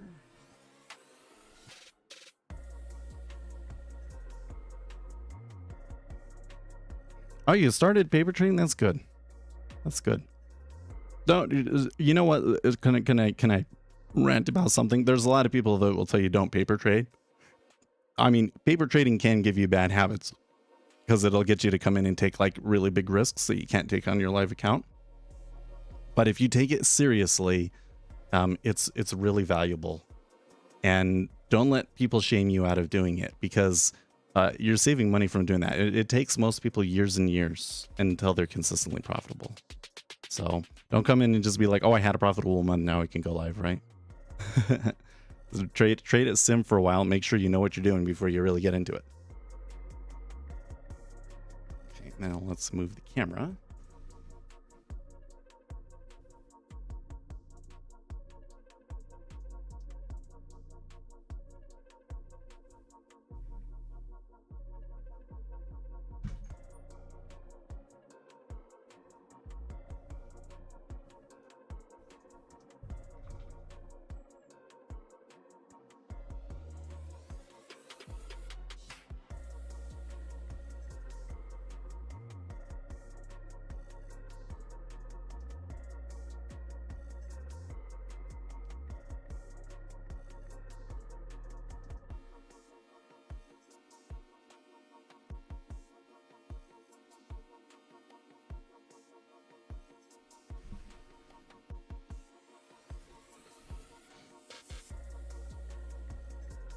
I almost got that almost right on first try.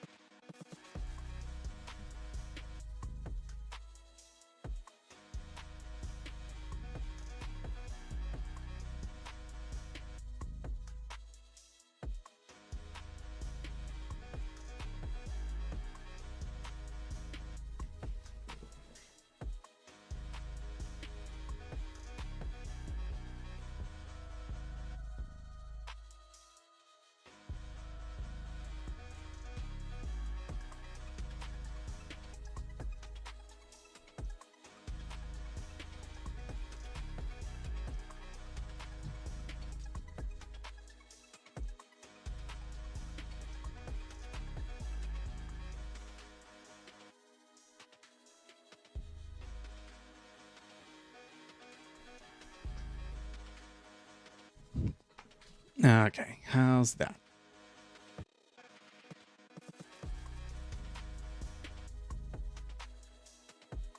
Down a little bit from there. Man, that kept going. What is it at now? 362. Jeez. Jeez Louise. And there's good liquidity there, but man, wow.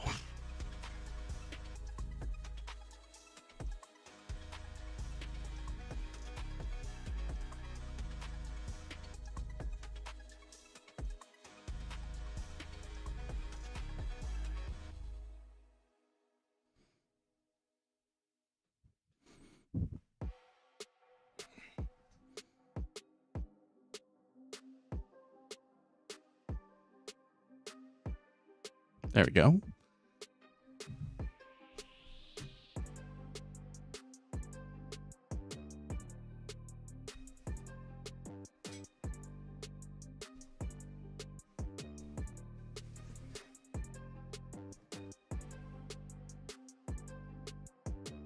You still have problems with it, huh, Lucas?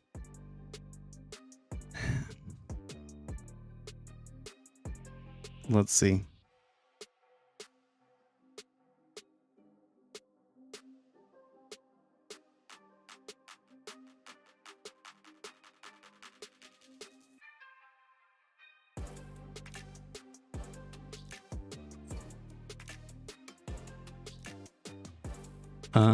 I'm not quite sure what I'm seeing here.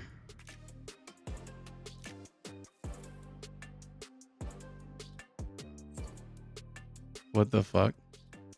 Wait, was that a live order that you just got filled there?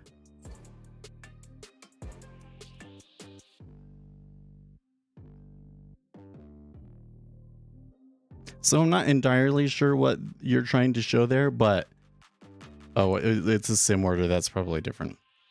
It looks to me like that's like a really, really fast market and that your data feeds aren't syncing up very well, which is just kind of what happens in a fast market, right?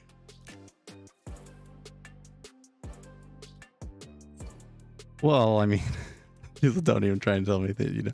Well, there's like so much going on. So hold on, let me pull it over here.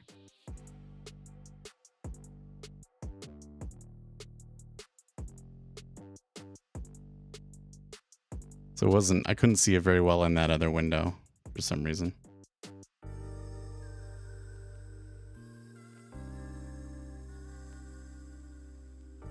Man, every time I hate these applications where every time you open it up, it's like a new thing. So one of the things that I'm seeing here, let's see here. Can I like zoom in?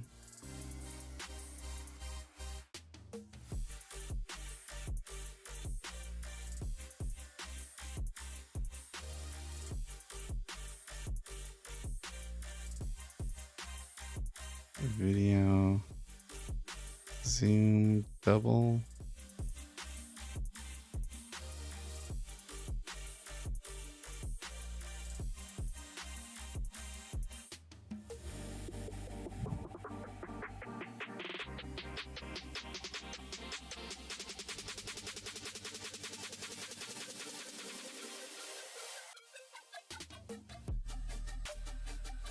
I wish it was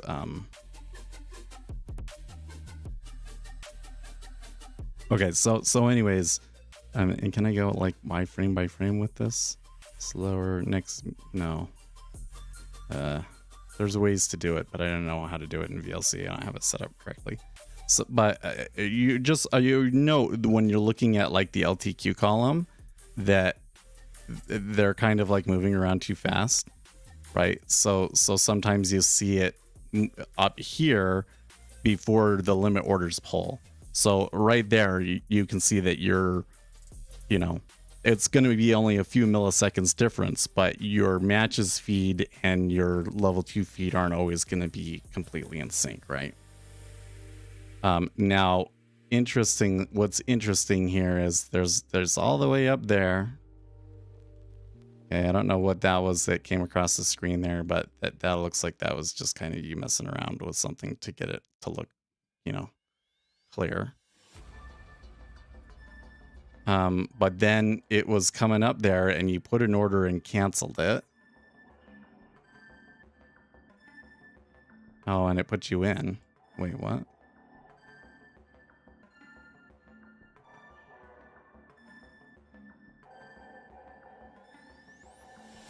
That is not MS. What do you mean?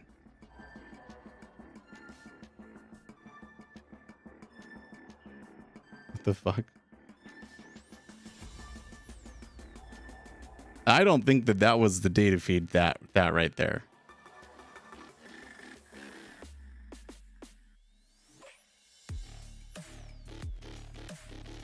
I was dragging the order lower and I got filled with the price being like 10 points lower. I don't think that that was your data feed. I think that that was you found some sort of really bizarre trick in the sim trader to. That was weird. So you're trying to drag it down and you dragged it up.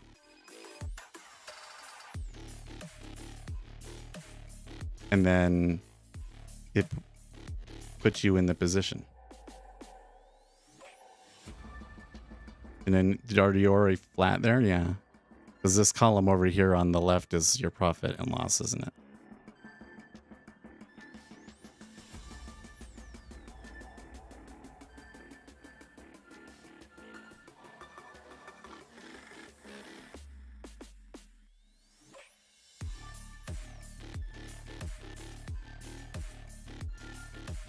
Yeah. Has you in the position now.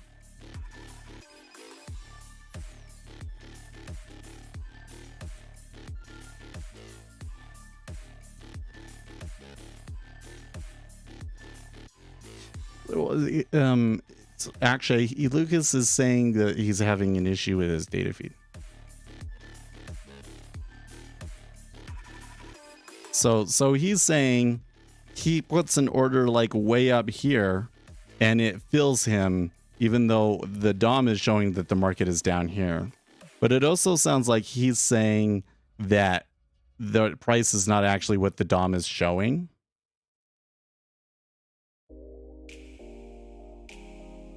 It's just severely delayed. So when you say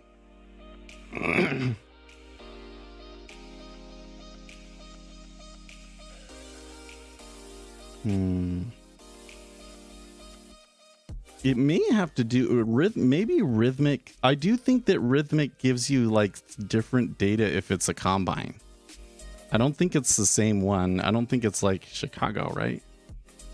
Like when you come into, I'll open it up here. Or actually, I don't know if I can do that. No, I don't think I can do that. You know, like when you open up the Rhythmic Trader Pro window, you can select which gateway to connect to, and like there's one specifically for the combine, right?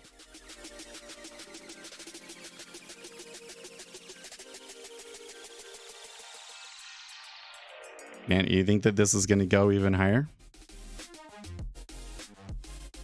Kind of sucks that I had that trade earlier that was on and it was like going really well, and it actually, well, it was at 08, so it did go like way below it, but so I guess not. I do kind of wonder if it was you know, more keyed into trying to take a trade today, what I would have done, because it looks like there was a pretty clear opportunity if you had just gone long. I don't know if that's what I actually would have done. Problem with tick compression, you usually lose precision. Well, moves too fast otherwise. I don't see how you can expect to realistically trade something when it can skip from the top of the screen to the bottom of the screen in less than a second, right?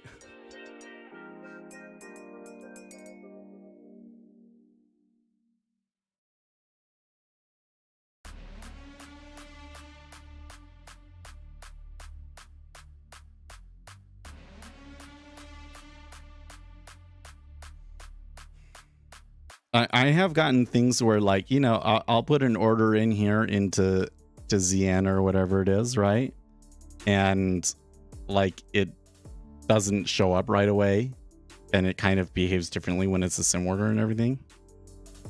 But to have gotten filled all the way up there, like the thing that I think is weird about it is like, it moved up to where you were and then it had been down and then you put the order in there and it was like long past. But, oh, sorry, I closed it. Why did I do that?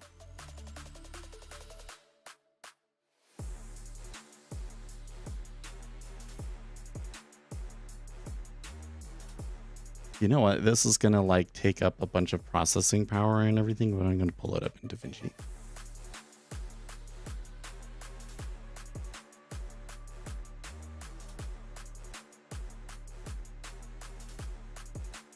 I do kind of feel like you're trying to do something that's not like with what you're trying to do, you should just be writing a robot, right?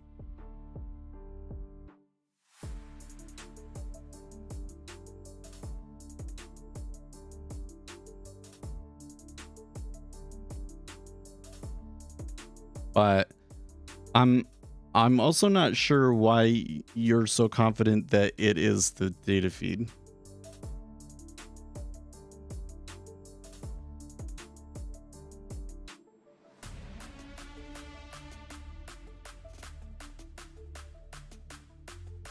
I can see square root law coming in here like really strongly at 25.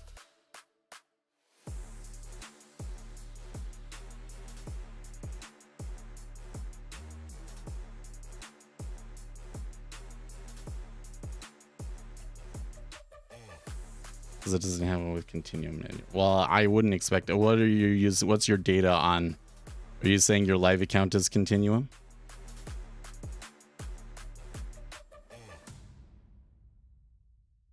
Man, how low can it go? Oh man, did you see that opportunity right there? I don't know if it's actually was a good one, but to take out an order and already have like 4 or 5 ticks, that was pretty good. Although it did kind of snap back to where it was. Okay.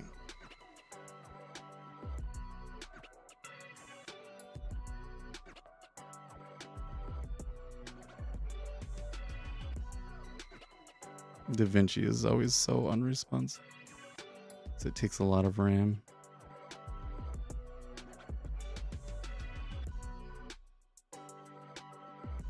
Still going.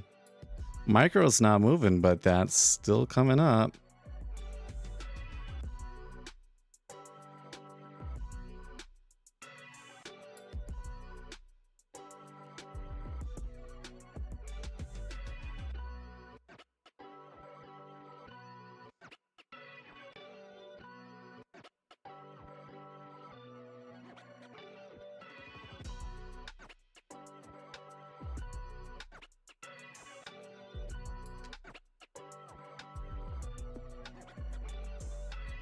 Big iceberg there at 26 on the bid. Probably what it does there is stops through and comes back. And just watch it on my charts over here. I'm going to cover things up so we can look at this video a little bit more closely.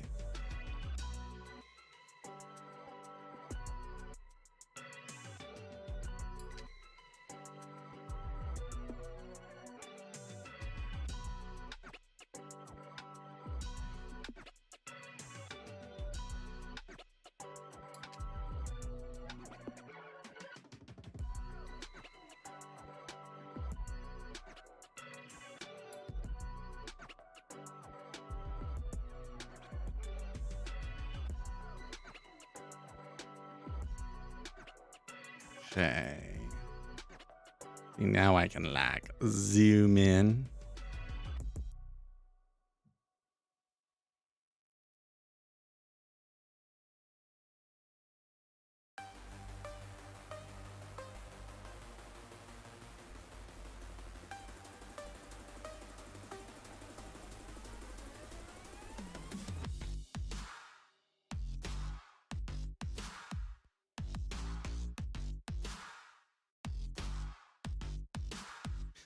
So one thing that might help when you're making a video like this is if I think that you have to have power tools enabled, but then you can do Win Shift H, like this, Windows button Shift H, and it will make this little dot when you click so that I can see when you're actually clicking something. So right here,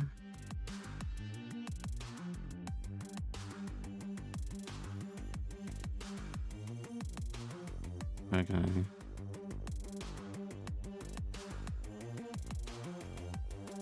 Maybe you were clicking. Okay, so right there, you're in a position.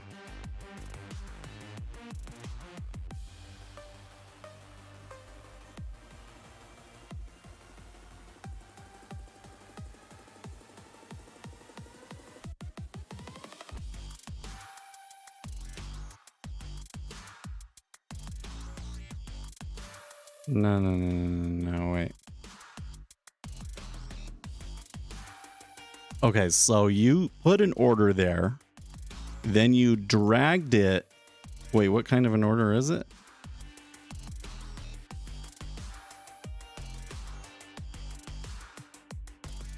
I can't read that. What does that say?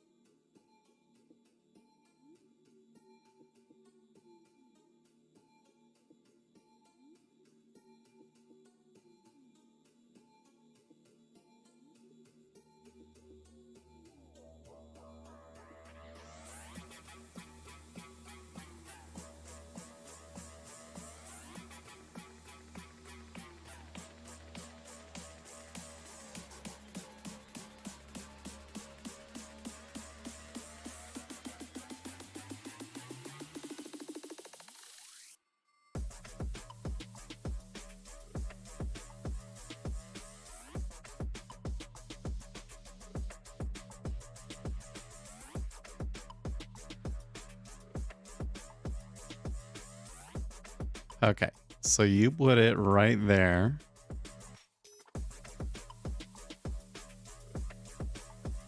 At 874. And then as soon as the order gets put there,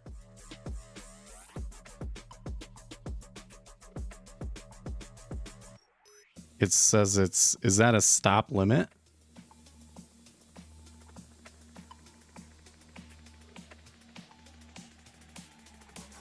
You have it set to auto.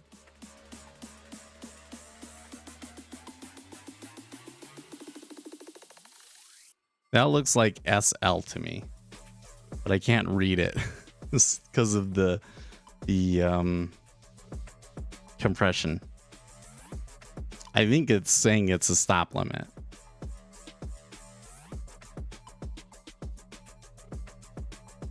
Oh, it's a limit sell? Okay, so you have a limit sell order at 874.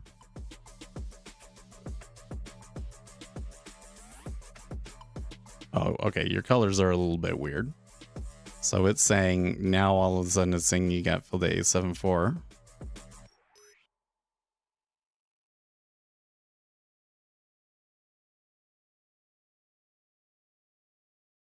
I don't know, with the way that happened, I'm not convinced that it's the data feed, to be honest with you, because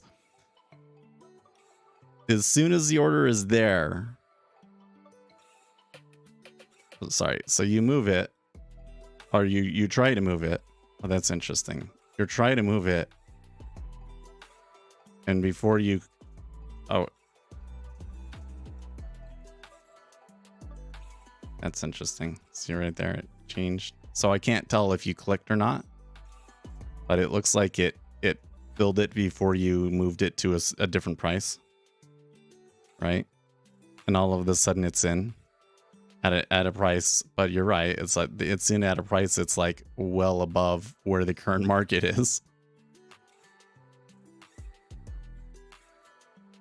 Well above the current market.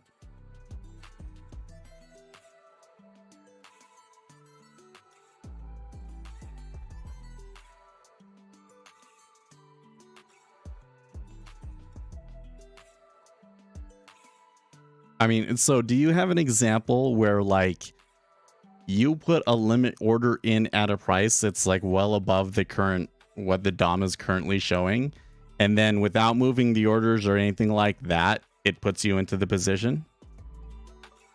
Do you have one like that?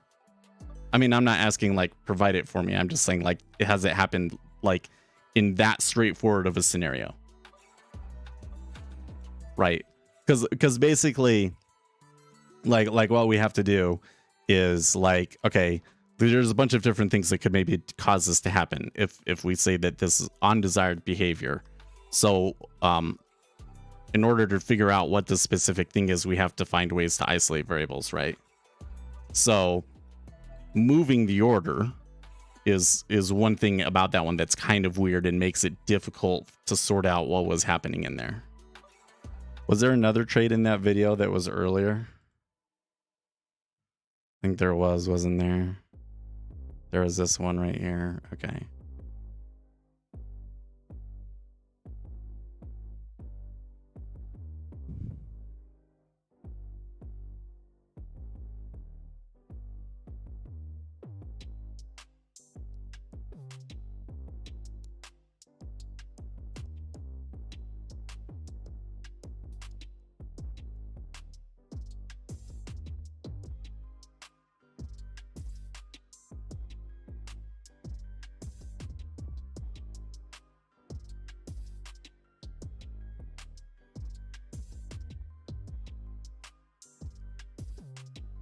You need to make it bigger, man. Okay. I need to see on there 1L and I can't. I'm not even sure like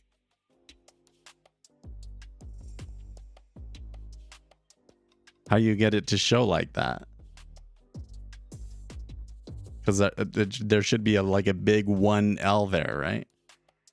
Like if I come back out here and I put a limit order in here, right? I'm gonna get 1L, like this big whole thing, and yours is not showing anything in there.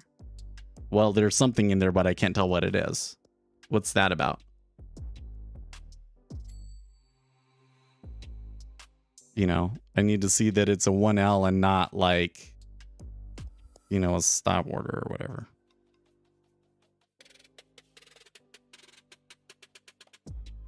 That'll reject that one. But you say that you're using the auto button.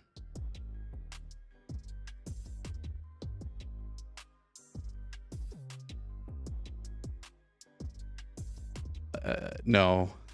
You telling me it's a stop is not enough. Because, you know, I have to verify that what you thought was happening was actually what was happening, right? Like if there's a problem, there's a really high chance that there was something that you thought was set a certain way and it wasn't actually set. This doesn't mean that you're lying to me or that I don't trust you or anything like that. I'm just saying that like the probability of something like that happening is so high that we have to check all of those, right?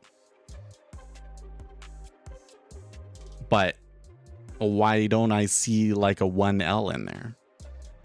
That's why that's weirding me out. So that something I don't expect that right away is like, well, okay, there's something going on there. We need to figure out what that's about, right?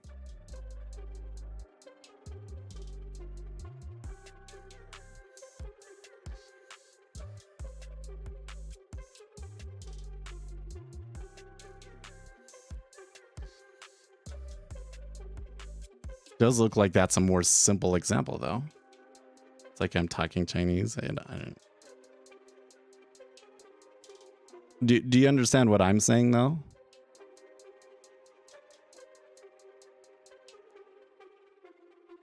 I'm gonna make this a little bit bigger.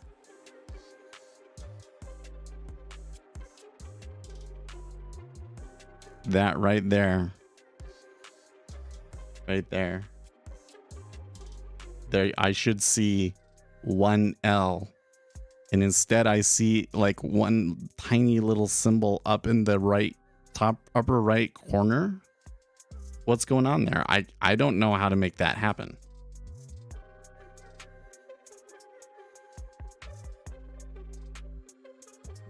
Does that say 1L? And then how did you get it so tiny? Because even if you do the Smart Q font thing, it won't be that tiny.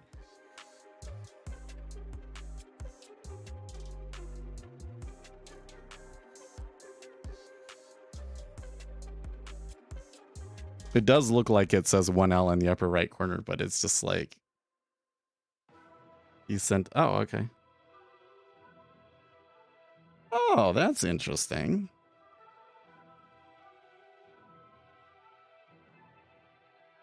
Wait, can I make that happen? I come in here and I put a limit order in, and then I make this I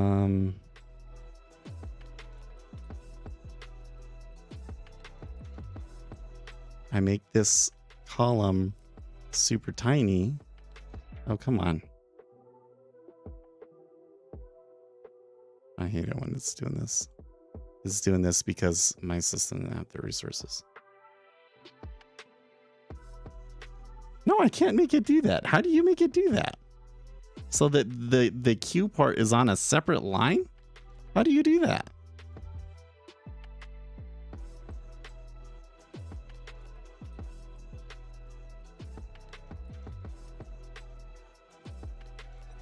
How do you do that?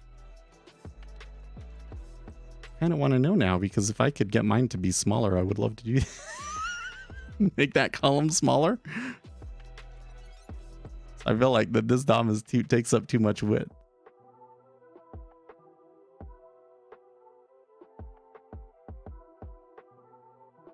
Okay, so we're saying that it is one limit cell right here.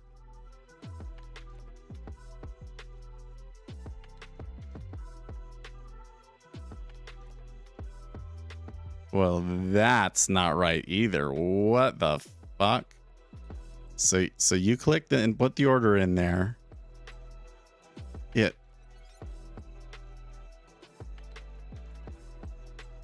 Oh, dude, you're okay. So first of all, do you see this? Gosh, maybe I can pull my pen up.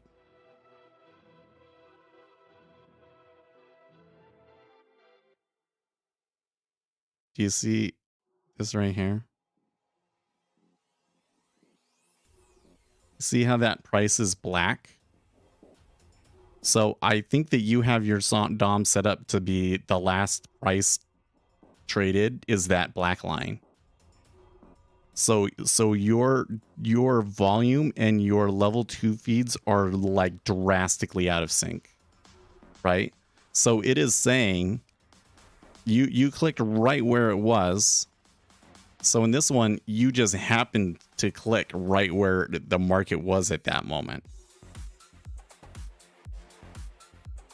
But then that weirds me out because but there's something else off here, because like, look, why aren't it was a limit order.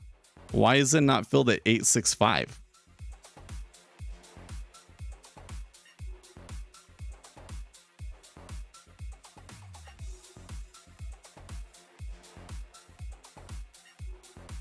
Oh, you have display queue vertical. Oh, interesting. Okay.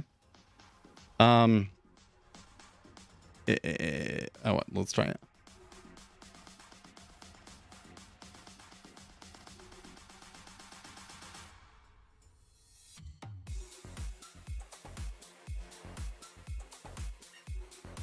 Looks like they did extend just a little bit higher.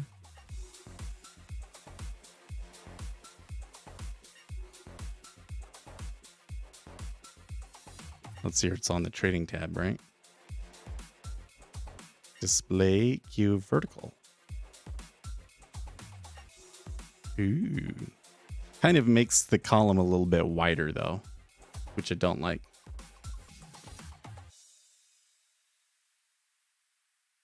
Okay, so that explains that mystery. Why is it? Okay, so next question. When you say this is sim, is this jigsaw sim Or is this your combine? Or like a sim on your combine? In other words, are these orders going out to the rhythmic system?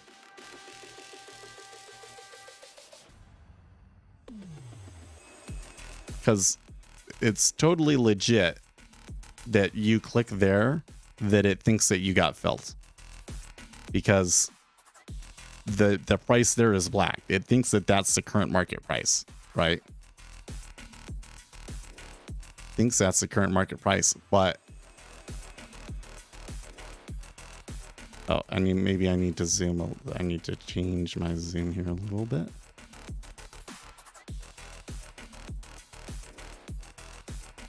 You click there.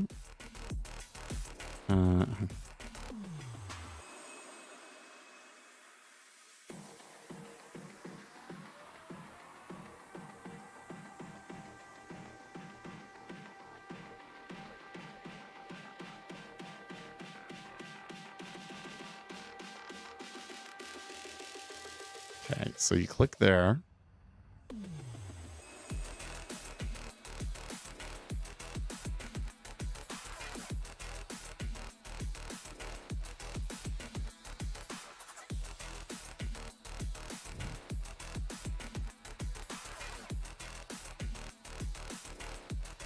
What the fuck?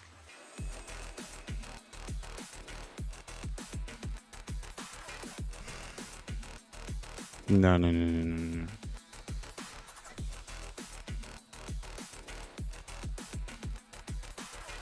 So what I'm saying is that like the jigsaw sim and the rhythmic sim are going to be different things, right? You can trick the rhythmic sim. The rhythmic sim will give you fills that it's not supposed to give you. And I think that's if this was being run, like if those orders are being sent to rhythmic sim, then I bet you that's why you're getting that behavior. Because I would get these things all the time where like so coming back over, I don't have an order placed, do I? Oh yeah, I do. I would do this thing where it was like, you know, I'd have this order sitting up here waiting for like a really long time, and then it would come up, and like if even one lot went through it, it would have me filled.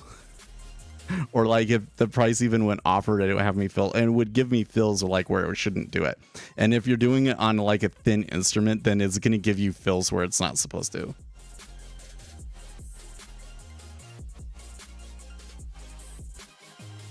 But like, look at this 865. Like, you take the order there, and it's saying that you got some price like way up here. Like, what? How is that happening?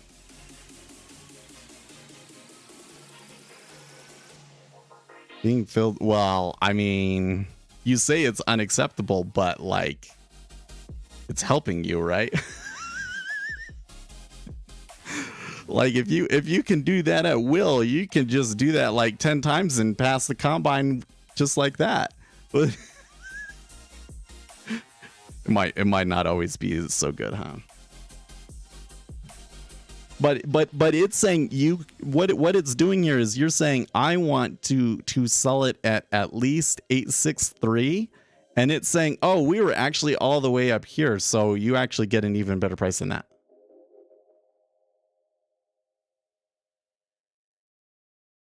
It was a loser. Well, but these numbers are green, right? Oh, but it stops you out on the other side. So your stop order got placed like way up higher beyond where we can see it, and it stopped you out.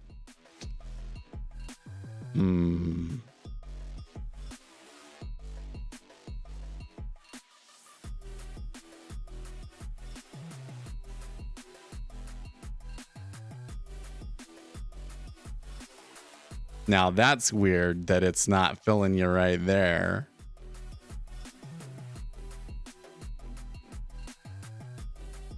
No, that should have been a winner.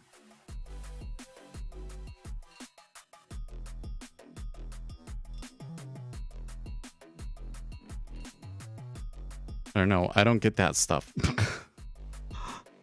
Even if I was on NQ, I don't think that that I would be able to duplicate that. I'm gonna close this now because I feel like that I see what's going on there.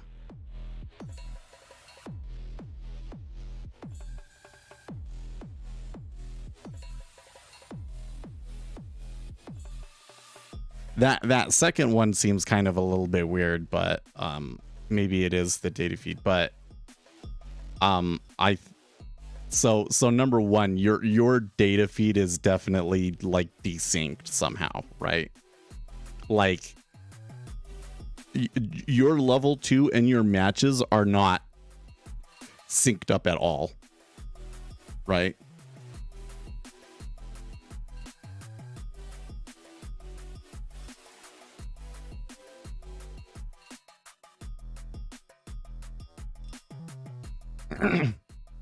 because I mean, you have your coloring set up a little bit differently, but you basically set the price to change based on where the last volume was, right? Like here it makes the number black on my DOM, the price where it last traded, right? And you're seeing there where it's changing over here where like the volume last traded a ton, but then the level 2 is like not even close to it. So it's been this since Wednesday. So it still happens even after you like you know, restart Rhythmic, restart your computer, etc.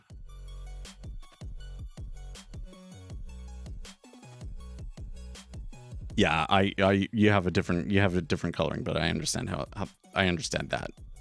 It was just for the benefit of other people looking here to explain why the color was moving around.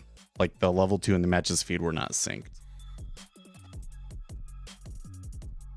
The issue is that I can remember with both Rhythmic and CQG, especially on a news event like today, that when I was on the combines, I would get oddities in my data. Like it was not the same quality of data that I was getting when I had a live account. You know what I mean?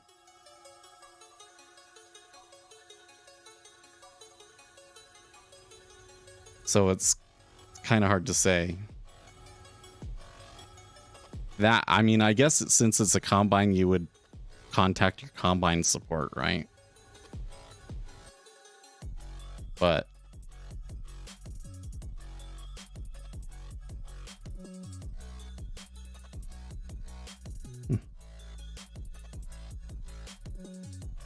Bowman still says that a recession is only 30% risk. That's weird.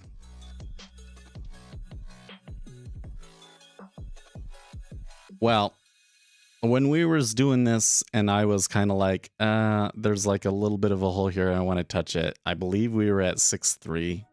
So it looks like there was even still some profit. And I don't know, this might turn into yeah. Of course, for a live account, you're paying for the data in a combine, yeah. Well, I'm telling you, when they have the different, this is what happens. Like I don't know for sure that this is what they're doing, but I'm pretty confident from what I've seen that this is what happens. Is they have, you know, they're getting all of this data, right? And they're aggregating it into into their central order book, right? And then they go and they say, I need to give this data out to all of these people. And if it's like the number of updates that I'm getting per second is too much for me to send it out to everybody, then what it starts doing is it starts limiting it. It starts like aggregating ticks and things like that. And so what it starts sending out to the customers is a little bit more chunky, I guess you could say. And similarly, what it does is it starts doing that limiting on the sim or testing environments first. So basically what happens is they load balance and do crappy performance for all of the guys that are in the sim environment, so that they have more bandwidth for the people that are trading live, is what I think happens. So it could have something to do with that.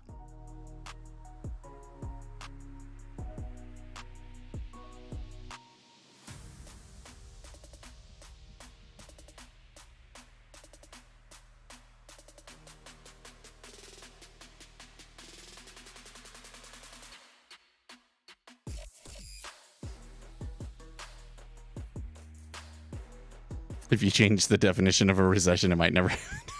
I hate that in the way it works, right? Oh man. So this right here is tempting to me to hit 361.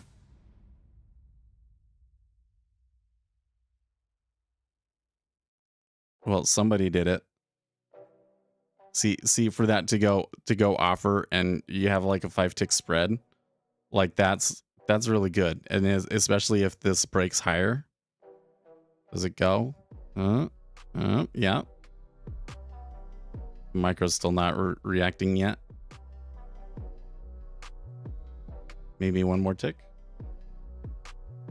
Come on. It's a good trade. Should have done it. Should have clicked.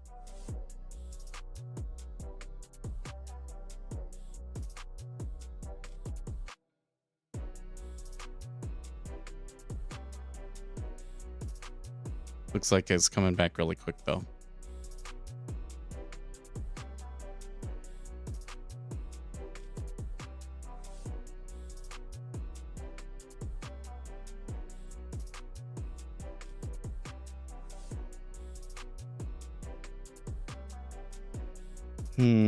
Jack Pro CBX says, I'm told the deal between McCarthy and Roy is very, very close, but not finalized yet.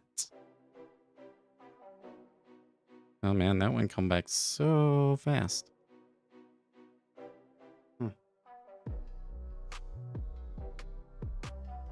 Well, I'm glad that I didn't actually hit it. I mean, I would be able to scratch right now, but... Or no, it was at 6-1, it wasn't it? Looks like I wouldn't have gotten 10. But 9 ticks. You'd only be getting 3 if you're getting out right now.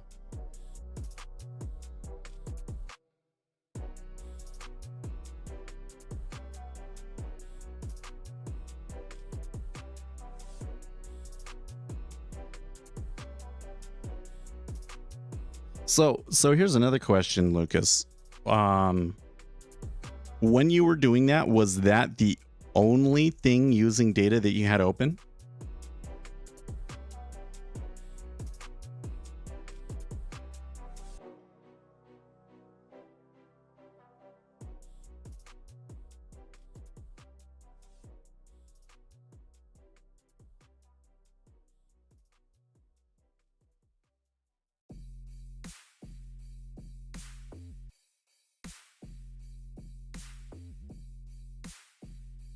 Yeah, it was the only thing he had open. That's interesting.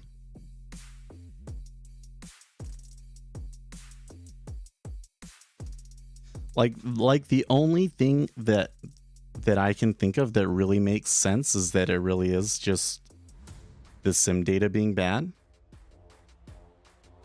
But I don't know. I kind of feel like with as fast as that market was moving, you really want to trade that, you probably better be using TT.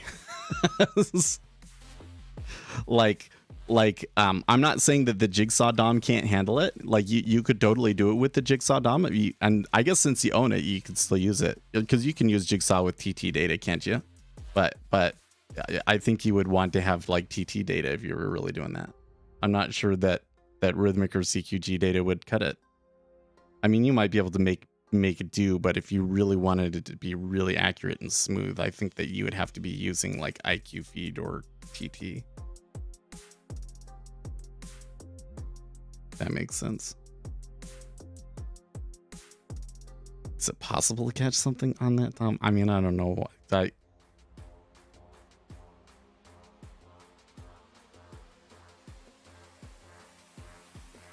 It's not top tier, but I definitely don't get 10 point slippage. Yeah, well, okay. I understand that your Continuum Ninja Trader 8 bridge, it handles it differently. But number one, that's your live account, right? But I'm saying, is that actually cut it? Like when you're doing it on that, do you actually get good enough entries and performance and everything to really be successful with that? Okay, now Trading Floor Audio denying the rumor that Republican Chip Roy denies any deal has been reached with McCarthy. No, I didn't hear that there was a deal had been reached, but that they were close. Are you paying for data feed? Well, everybody pays for data feed, right? In some form or another, you're paying a data fee.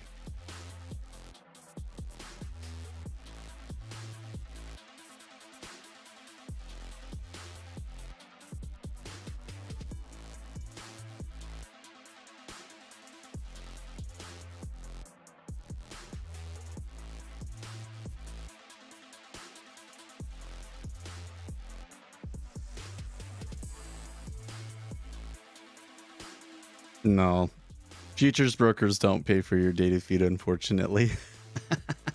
So typically what happens is first the CME like requires a data fee. So you're going to pay at least like $30 for the CME bundle.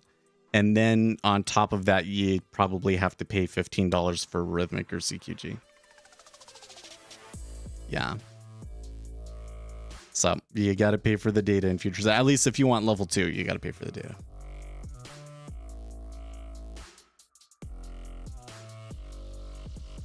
Nick Timoros, Friday's jobs report doesn't neatly resolve a debate over whether to raise the rates next month by 25 or 50 basis points. Markets upped their bets on a 25 basis point increase after the report showed moderating wage growth, a key focus of central bankers. He's pointing out something very, very important.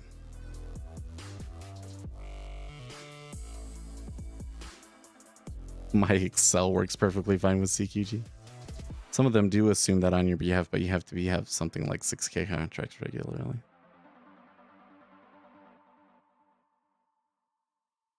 Yeah, your CTS 4, T4.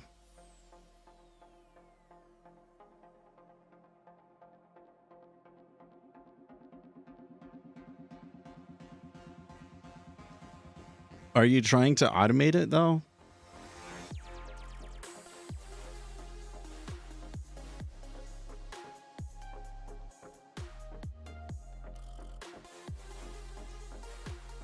Like whether you're doing it on your live account and having success with it or not is maybe one thing, but it just from what I'm seeing, that really looks to me like something that, you know, if you had a robot on a co-located server and like market by order data, that the strategy would probably be a lot more effective.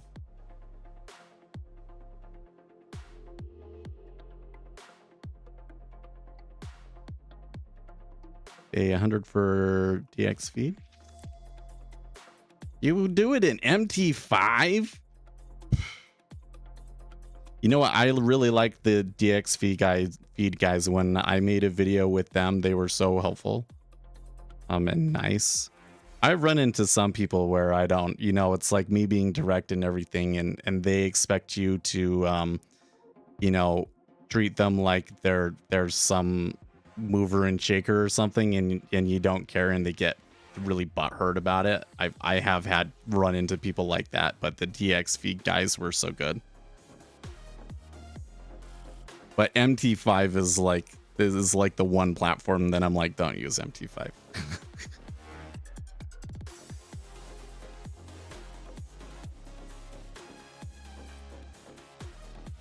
I can't believe that you add a prop firm and you're using MT5. I find that hard to believe. I'm not sure I believe you, to be honest. I'm not sure I believe you, to be honest.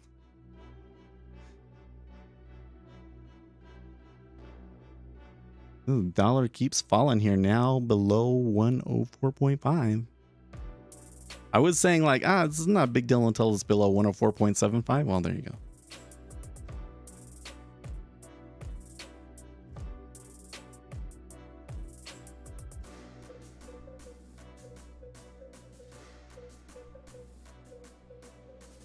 And at some point, maybe do a hybrid.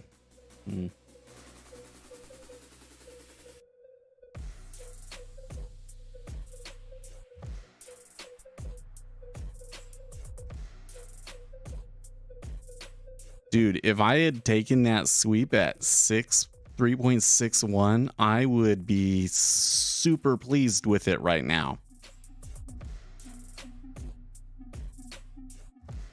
I wonder if this is going to stop. I was waiting for like some sort of it might happen here at 06, but this is just a freight train now. It has never stopped after that PMI news. I tell you what, so I wasn't planning on trading the non-farms. I knew, because number one, I thought that it was going to be high and that the market was going to be so pissed off that it would just be really hard to get an order in and, you know, hold any kind of risk, right? Or that the spread on the micros would be really bad. But the liquidity was actually okay because the non-farms was okay, right? But then I kind of thought that the PMI was like a nothing burger. So I really could have been like here and like focused on the PMI and trading the PMI and could have caught a really big trade, and I didn't. So that was a big mistake on my part. But I made the choice. I was like, okay, he's going to leave at 8 o'clock. I'm going to go and like move everything back around and clean it up. And then we just watch the market for the rest of the time. I should have been saying, let's take a trade. It's okay.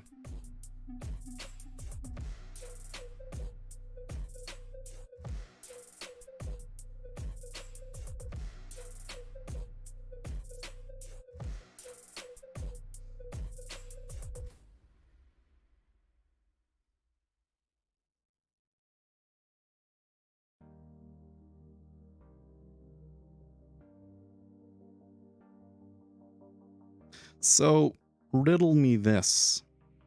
No, I'm not gonna. I gotta go. I was gonna say, doesn't this kind of golden scenario that we're getting here actually kind of mean that the Federal Reserve is more likely to keep raising rates and keep them where they are? Like,